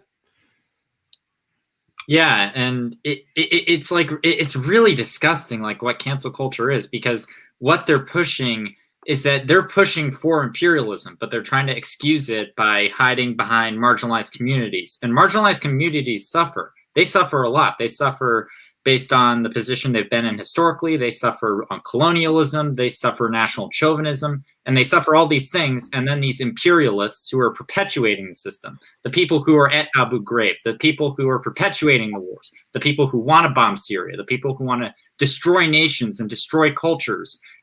They are the imperialists. They're not these woke people. These are the imperialists. These are the enemy. And it's nothing is more disgusting than hiding behind people who have been oppressed, who have suffered from imperialism, who have suffered from racism and colonialism and all these factors, then use their martyrdom and their oppression in the justification to bomb countries, to foment discord, to destroy Latin America, to take the wealth of the peoples of the world from Asia, Latin America, Africa, the global South, everywhere. Nothing is more disgusting than using cultural wokeism and real material sufferings of marginalized communities to do this. And we don't need this. We need all comrades, regardless if you're Chicano, if you're a Black American, if you're an immigrant, it doesn't matter who you are. We need everyone to unite for solidarity and against the imperialists. We have to stop the imperialist wars. We have to build a new America, not based on national chauvinism, not based on colonialism, that is based in the socialistic origins of America. Socialism is American as apple pie. It's more American than apple pie. Apple pie came from France. That's all I have to say, I guess. Right on. There's a good comment here. It's good to see smart young comrades express themselves. Let's see. I'm not seeing any more super chats. Let's see if I can pull out a question here. There we go. Yep, good to see smart young people. This is whom they will focus on manipulating or censoring. If you watch your back, Max. It's begun already. They're already trying to create a generation of NGO socialists and like people who are just collaborators. It's happening as we speak. But I have faith in my generation. I really do think Generation Z is going to be like a real revolutionary generation. It is going to be a new, kind of like the greatest generation was like the major communist generation for like pushing class struggle in America. I really do have hope in my generation. I'm not trying to divide people. I'm not trying to cancel people. We have to unite the people of all generations, of all peoples. And we do have to affirm the unity of the youth against war, against capitalism, and against imperialism. And that's what Students in Youth for a New America is trying to do. That's what our comrade brothers and sisters in the Black liberation movements and the Chicano liberation movements are trying to do. And we have to stand together, folks. And we can do this. I'm an optimist. And everyone who considers themselves a Marxist, anarchist, leftist, no matter what ist, you have to be an optimist, folks. Well, that actually leads me to a question that I have for David Rovics and for Ernesto, because there's all this talk about Zoomers, the upcoming generation. I'm a millennial, But I did a video a while back, kind of an overview of the radicalism of the Gen X era, right? And I believe Dave Rovix and Ernesto are both Gen Xers. And I mean, I talked about the struggle to free Mumia Abu-Jamal. I talked about the AIDS crisis and ACT UP and all of that. But I know that was a really hard time to be an activist because the Soviet Union had fallen, Reaganism, you had the Clintons in the 90s, the information revolution had not been available yet. So do Dave Rovix and Ernesto want to give a comment about what it was like to be a radical activist during the Gen X era? Sure. Brother wants to okay. Sorry. Well, yeah, sure. I mean, I'm actually like right in the middle, Gen X and millennial. I was born 81. But yeah, I mean, it's been pretty interesting, because well, I grew up being active, because of my background, Raza Unida, and then when I was young, I was involved with Mecha, that group I mentioned at my middle school and at my high school. But it's been interesting, because you had the fall. I mean, the fall of the Soviet Union did affect, in general, the left, because it was like, oh well, there's no example of what we want, But then again as well, we're like, we weren't depending on the Soviet Union. I mean, it was an example. It was the first experiment in humanity of a socialist society, But we weren't depending on them. We know what we need to do. But I mean, there have been a lot of struggles that have been ignored, or they just swept under the rug or whatever. I mean, from the Chicano community, for example. 1992 was pretty important because that was what they call the quincentennial, 500 years of resistance. So for Chicanos, for Native people, that became a very pivotal year. Because it was like officially the United States was celebrating 500 years of discovery and whatever. But then our people, on the other hand, were organizing around our resistance to colonialism, starting with Christopher Columbus, and all of that, 1492, and the Spaniards and all that. So that was a lot of struggle there, a lot of movements, that challenged these notions of discovery and the benevolence of colonialism and all that stuff, and that was early on, and then at the same time, the same year actually, 1992, you had the LA Rebellion, which was a response, they call it the LA riots, but it was a response from the people to the brutal beating. Well, the brutal beating of Rodney King, but that was like the tipping point, where people just had it. You had a lot of Chicanos involved in that as well, and they set fire to Los Angeles and other cities around the country, very similar, but I think these last ones from last year were a lot bigger and than those, but a lot of stuff did happen, but it was, you had this whole sense of, well, what do we actually want? I mean, we don't want to just protest to protest. We actually have goals, but that was something that's, I think it has been hard, at least in my experience, for a lot of people to understand, is we're not just, it's not just movement, we're moving towards something. We want to build something, we want to build a socialist society. We want national liberation, we want to, free our people from, our current condition. We don't want to just protest to protest and, burn sage and whatever, that people do, which are beautiful things, are good things, but there's a goal. We need to get to that goal. How do we get to that goal? We get to that goal the same way we thought we would, or that other people around the world have before or after, or regardless whether the Soviet Union fell or not, that because, you need to build a party, you need to build a movement, you need to have a cadre and all that. That's just, you need to have that, it didn't change when the Soviet Union fell, but it did confuse a lot of people.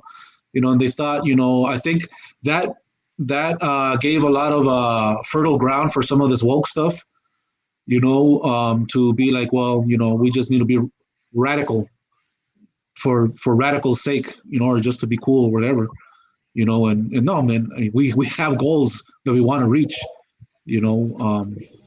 so yeah, I mean, in my experience, that's been one of the challenges, of that time, but there has been a rich history of the struggle. The first invasion of Iraq, that was, another thing that happened, during the early 90s. And, you had huge demonstrations, huge movements around that, but again, I think, and again from my experience, that's been a challenge for people in general. Is they have this idea, and obviously it's propagated by the state, by the colleges and academics, but they have this idea of, well, there's no need for parties anymore. Well, there's no need for ideology anymore. Just fight the power, whatever that means. So no, we need to have direct direction. We need to build our parties. We need to build our organizations and have programs and platforms and all that. Still, regardless whether the Soviet Union fell or not or whatever, that's all necessary. You want to touch on that as well, Yeah, I agree with all that, and I would just say that. For one thing, just taking a big, broad step back here, I think that the left around much of the world has had a huge problem with personal attacks and with this kind of what we currently call cancel culture. This kind of attitude goes way back to the 1840s. Karl Marx was a big.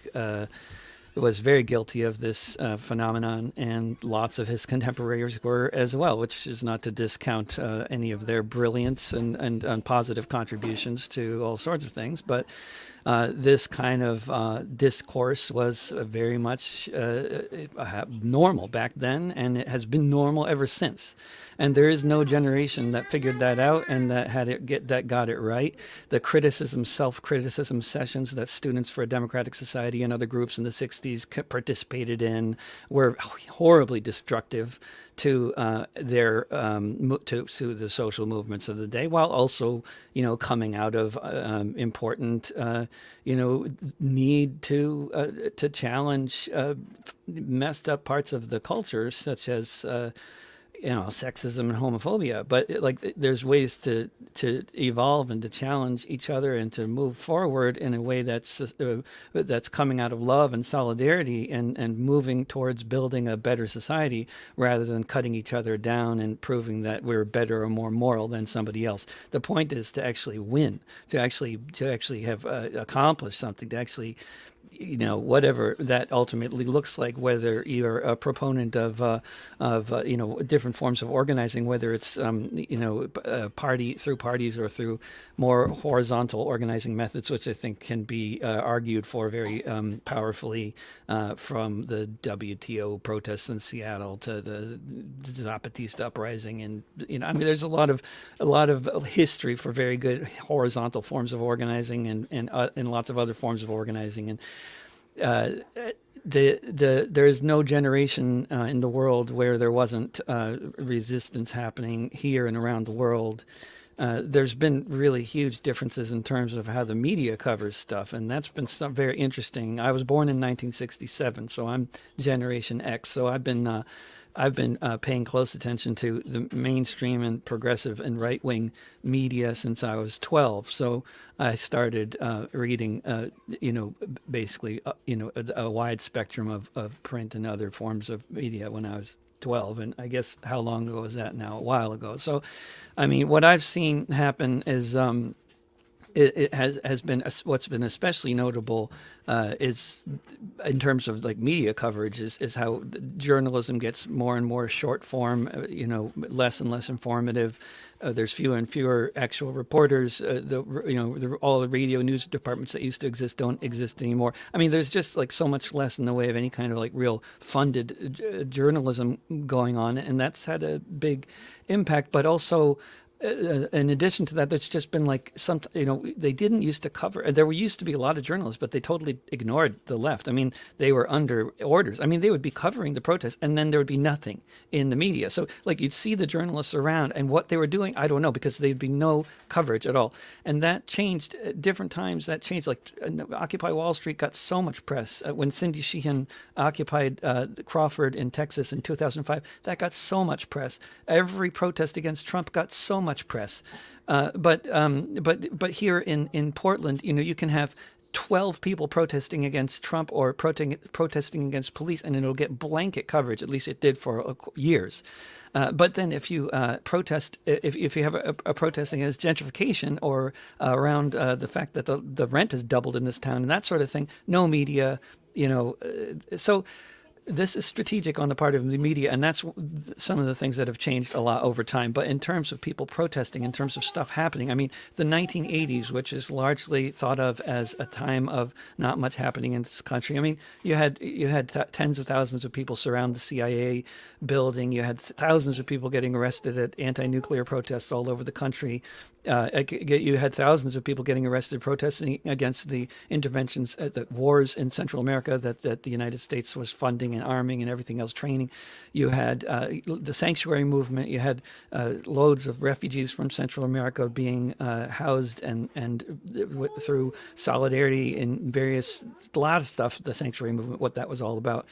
There's a lot going on. And then globally, of course, we're talking about the globe here, our generation. When we talk about generations, whatever that means, it's basically a meaningless concept historically. I don't think it has much relevance really, but basically in the 80s, throughout East Asia, there were rebellions going on, and they were totally related to each other. The Tiananmen Square uprising in China, the uprising in South Korea, the uprising in Burma, these were all related, and we're talking about, they can't boil it all down necessarily to one thing, but it's basically, this is the resistance. This is people, the have-nots fighting against the haves. This is movements towards a truly egalitarian democratic society against, truly democratic societies against generally, authoritarianism in different forms. In Europe, the movement, it was huge, and it took the form more around. I mean, the autonomous movement took, and the anti-nuclear movement in places like Germany and Italy and Denmark were huge also as well at the time. You could have tens of thousands of people marching through the center of Hamburg, against gentrification, and the fact that there is rent control and still affordable housing throughout Europe today is a direct consequence of those movements. So there's my 2 cents on the 80s. We got a few super chat questions here, so I'll put Dust James on, and then Dust James can read them off and see if we have an answer. Yes. Next super chat from Dylan Digby. Cancel culture equals weaponized alienation. Thoughts? Anybody on the panel like to speak? David Rovix? I just would say I like that. Weaponized alienation, I like it. I mean, because it is very much an largely internet phenomenon. We're talking about, as Max was saying, I think for sure, we're talking about really lonely people with no friends. A lot of them, if they're not bots or agents or provocateurs working for some intelligence agency, if they're real people, I think they are largely really profoundly alienated people who really need to get a life and turn off their computers and go outside. But not to put flyers around my neighborhood calling me a Holocaust denier. Ernesto? Yeah, that's it's interesting, because I was thinking about how it was compared as well to the McCarthy era, but only this time is it's exactly that, it's alienation. So we're doing it to ourselves basically. They got the people to call out ourselves and cancel each other. It's not directly the state. I mean, obviously we believe there's forces behind it, but they got the people to do it to themselves. So yeah, I mean, it's interesting how that's played out, But yeah, they should turn off their computer. Looks like we have a super chat from my good comrade David Fox. On my channel on Dust James, Anti-Imperialist America, we do a weekly telecast news show and study. Good friend from Australia, David Fox. And his question is, also, we have the massive anti-capitalist mobilizations against the WEF and free trade agreements in the late 90s and early 2000s. Remember Seattle and Melbourne. This is obviously for David Rovix. this question? Melbourne was September 11th, 2000. And when September 11th, 2001 came around, the first thing I thought was, oh, it's the anniversary of the 1973 coup in Chile, which, of course, Democracy Now! Was doing a piece on at that time. And it's the anniversary of the protests in Melbourne, which were very successful in shutting down those free trade meetings. There were protests going on all over the world. The global justice movement was very much a global movement. I was very much involved, and very much involved globally, just because I was. I mean, I don't know, it's too much of an explanation for that, but basically it was a global movement. It was very much happening in the 90s. I would say it really, if you were to say what was the real kickoff point of it, it was January 1st, 1994, when the Zapatista uprising happened in Chiapas, Mexico. And the ideas and the economic and political and analysis coming out of the Zapatistas spread like wildfire around the world and became very influential in lots of different ways, but they were also paired with the kind of analysis that a lot of us in the U.S. especially were, and really around the world, were getting from people like Noam Chomsky and others who were analyzing the rise of the massive, financial capital class and all these free trade agreements and globalization of corporate exploitation and all this. And there was a movement that was clearly opposing this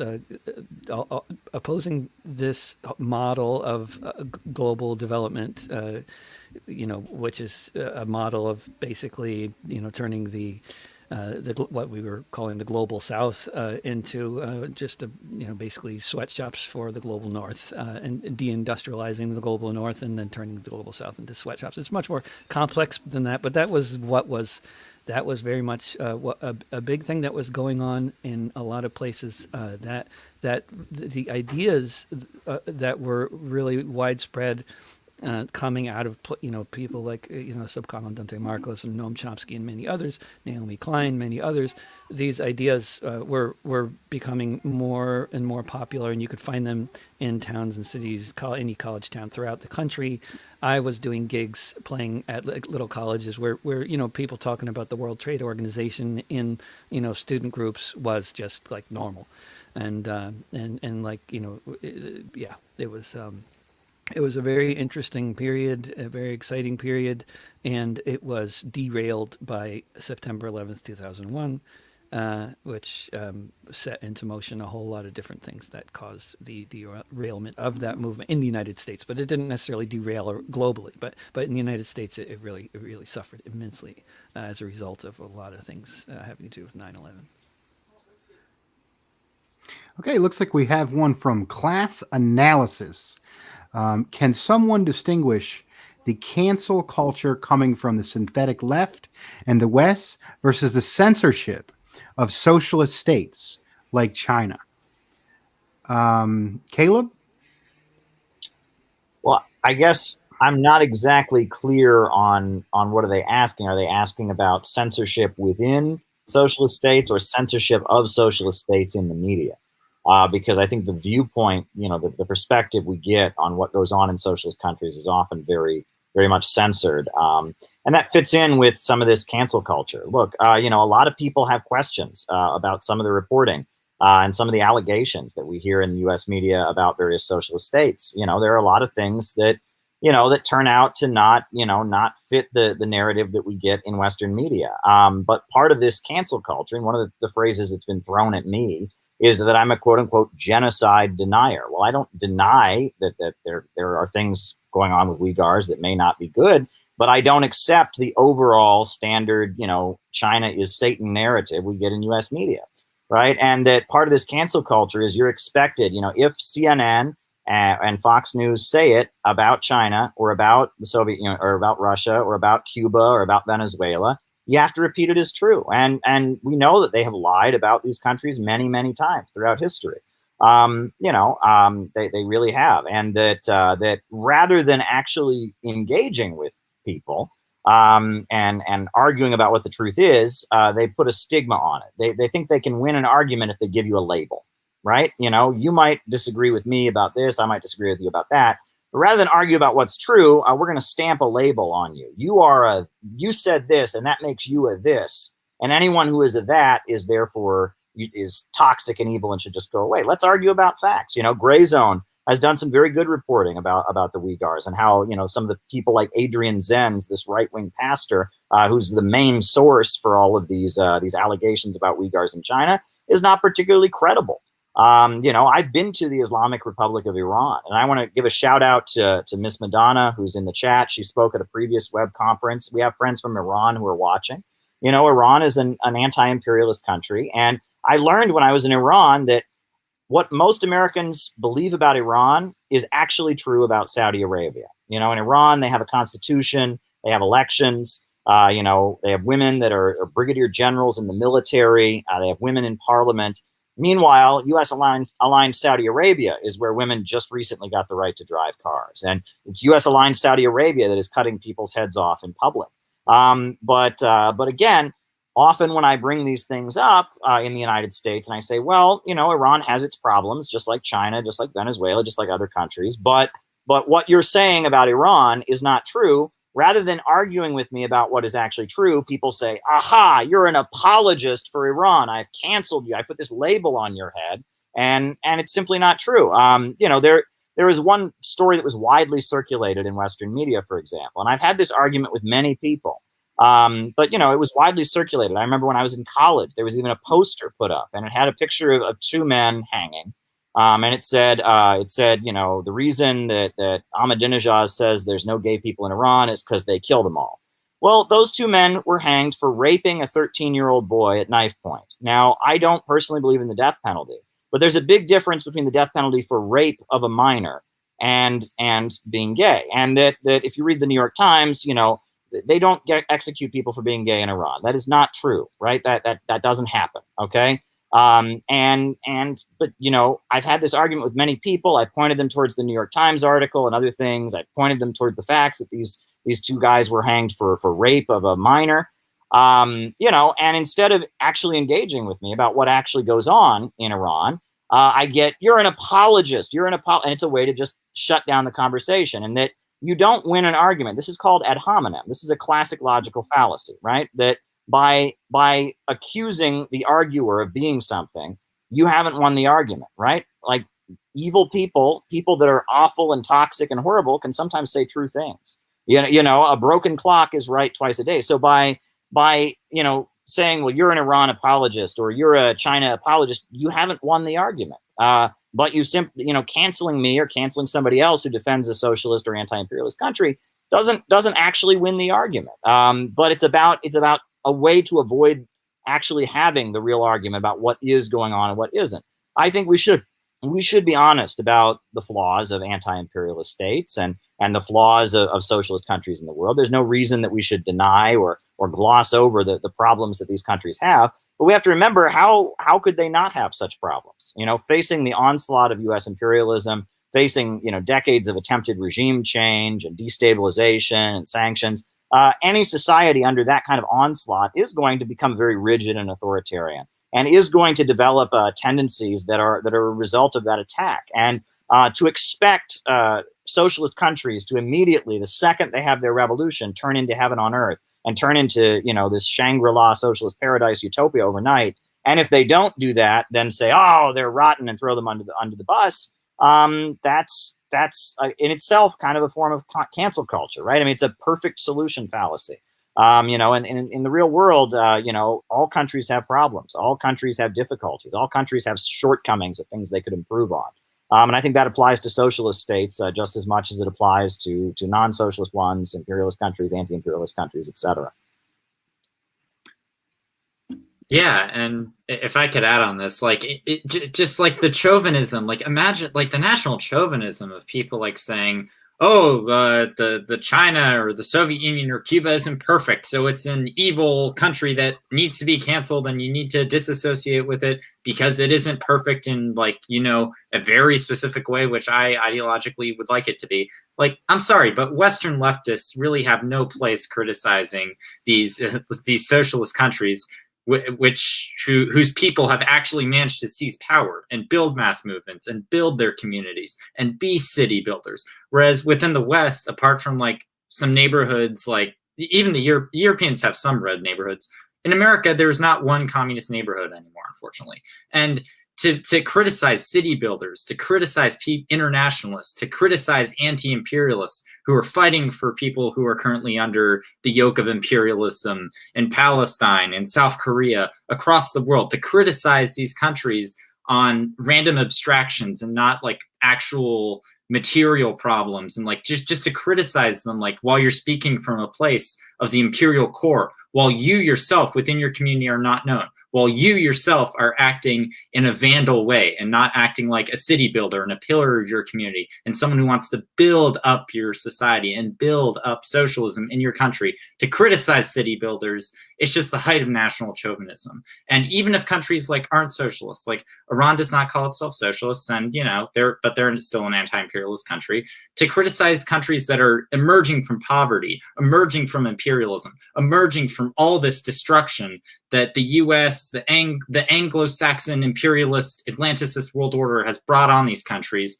to criticize them like baselessly and just like completely cancel them, it is the height of national chauvinism. And it's not internationalist, it's petty, and it's incredibly sectarian, and it's vandal type behavior. And we are city builders, not vandals here.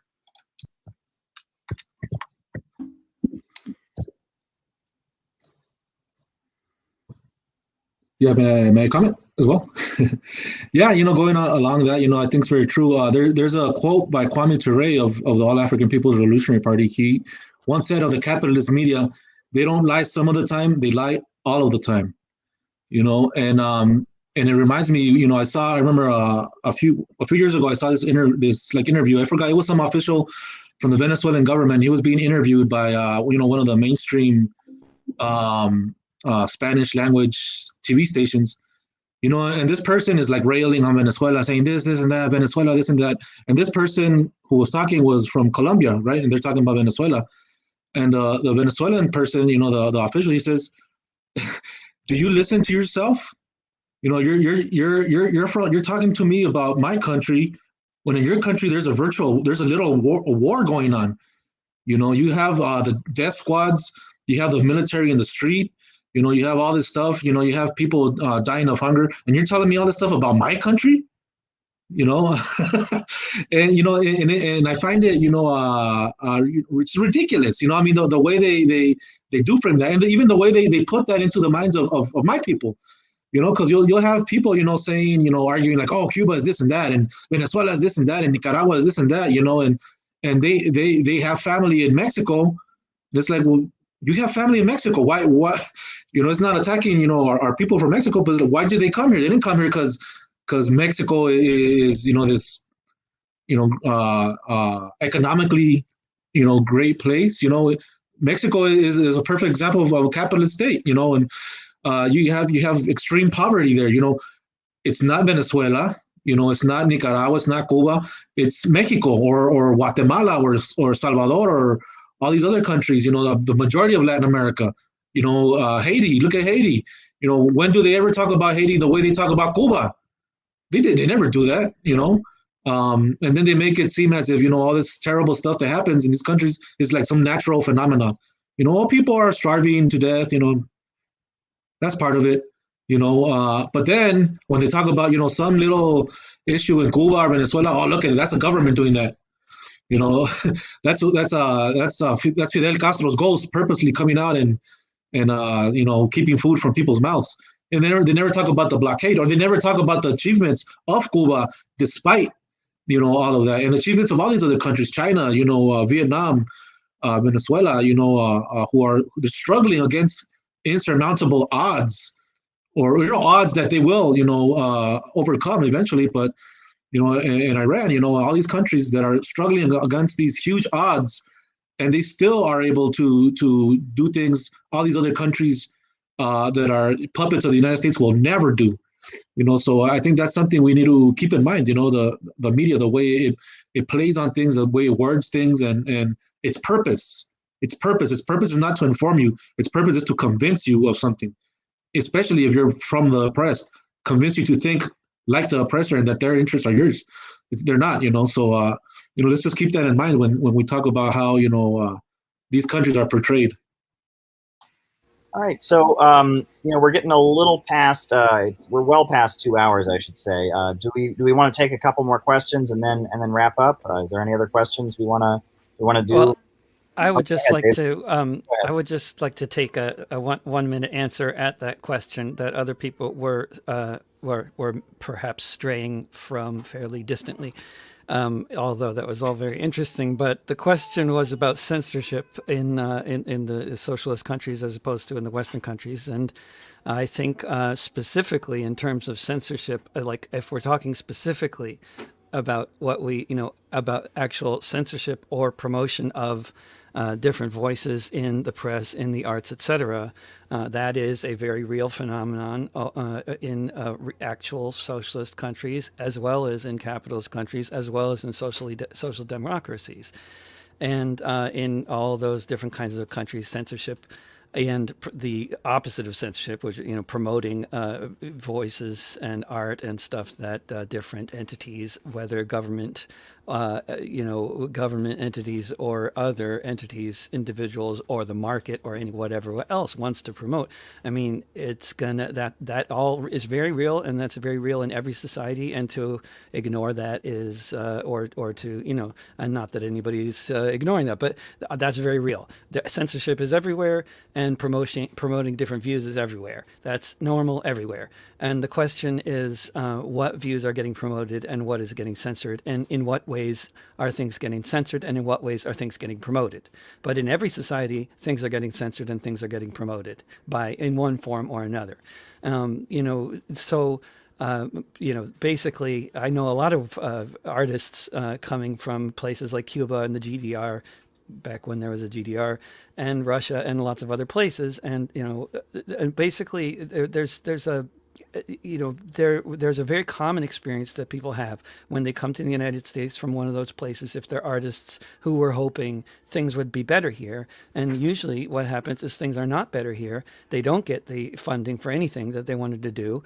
And they find out that the market totally sucks. And that, some of them, if they have the right view, which is basically an anti-communist view, then they'll get promoted and picked up by the record labels and the press and everything else. But if they actually have a nuanced perspective on reality that is not just saying, the country that they came from sucked, then they're just going to be totally ignored. And maybe if they're great artists or whatever, might make it in the market system in the West, but they generally get really disillusioned by it, and realize that the system they were leaving, that it sucked that the government didn't want to fund all their projects, but actually in the West, the government isn't going to fund any of their fucking projects. So so a lot of them look back at the GDR and Cuba and different, and by the way, obviously, the socialist world is by no means monolithic, but for those people who were coming out of countries where they could often get interesting stuff in the press and in the movie cinemas, and get actually stuff funded, and get novel writing and have time for all that, and actually be professional artists funded by the government.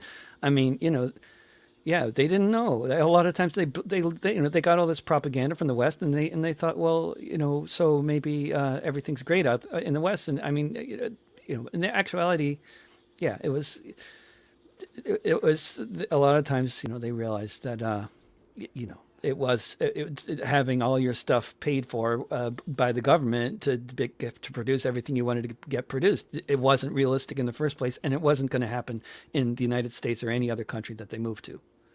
So I mean, but the fact that they had to deal with that stuff was real, and it was real for them, and it sucked, and it sucks to be a novelist or a filmmaker, and you think people love your stuff, and they're buying lots of your books, and they love your movies, and then you have to get permission from the government to write stuff, and you have to get them to fund your projects, but that's the way it is in everywhere. I mean, and it sucks for everyone everywhere, but or it's great or whatever, but it that's the way it is everywhere, basically. And no artist is going to get all their stuff funded, and And that's how it is. But people think, oh, this is a socialist problem. Is this a problem with authoritarianism that I'm not getting this stuff funded? No, it's going to happen everywhere. And, you're not going to get funding in the West either. But, I'm done. Okay.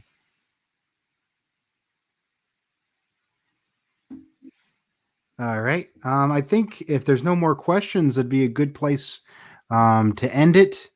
I put it in the chat. Okay. From class analysis. Thanks for your perspective, David. Probably this is putting on your spot. I put it in the chat, but Comrade Rovix, is there any way you could play us out with a song? Oh, yes, happily. All right. I'll do a song about sectarianism or about cancel culture, or whatever we want to call it. This is actually, I when I wrote this song, I was really afraid it was going to alienate a lot of people, and it actually didn't, and I think had a very positive effect. And you'll find, if you look on Spotify and stuff, you'll find it's one of my most popular songs, and I'm sure that most of the people who like it are people that it's kind of describing, which is kind of interesting.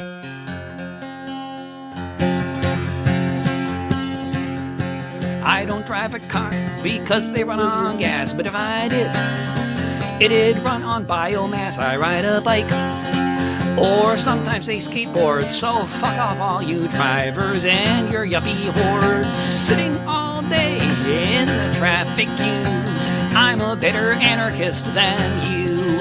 I don't eat meat, I just live on moldy chives or the donuts that I found in last week's dumpster dives. Look, you people in that restaurant, I think you are so sad when you could have been eating bagels like the ones that I just had.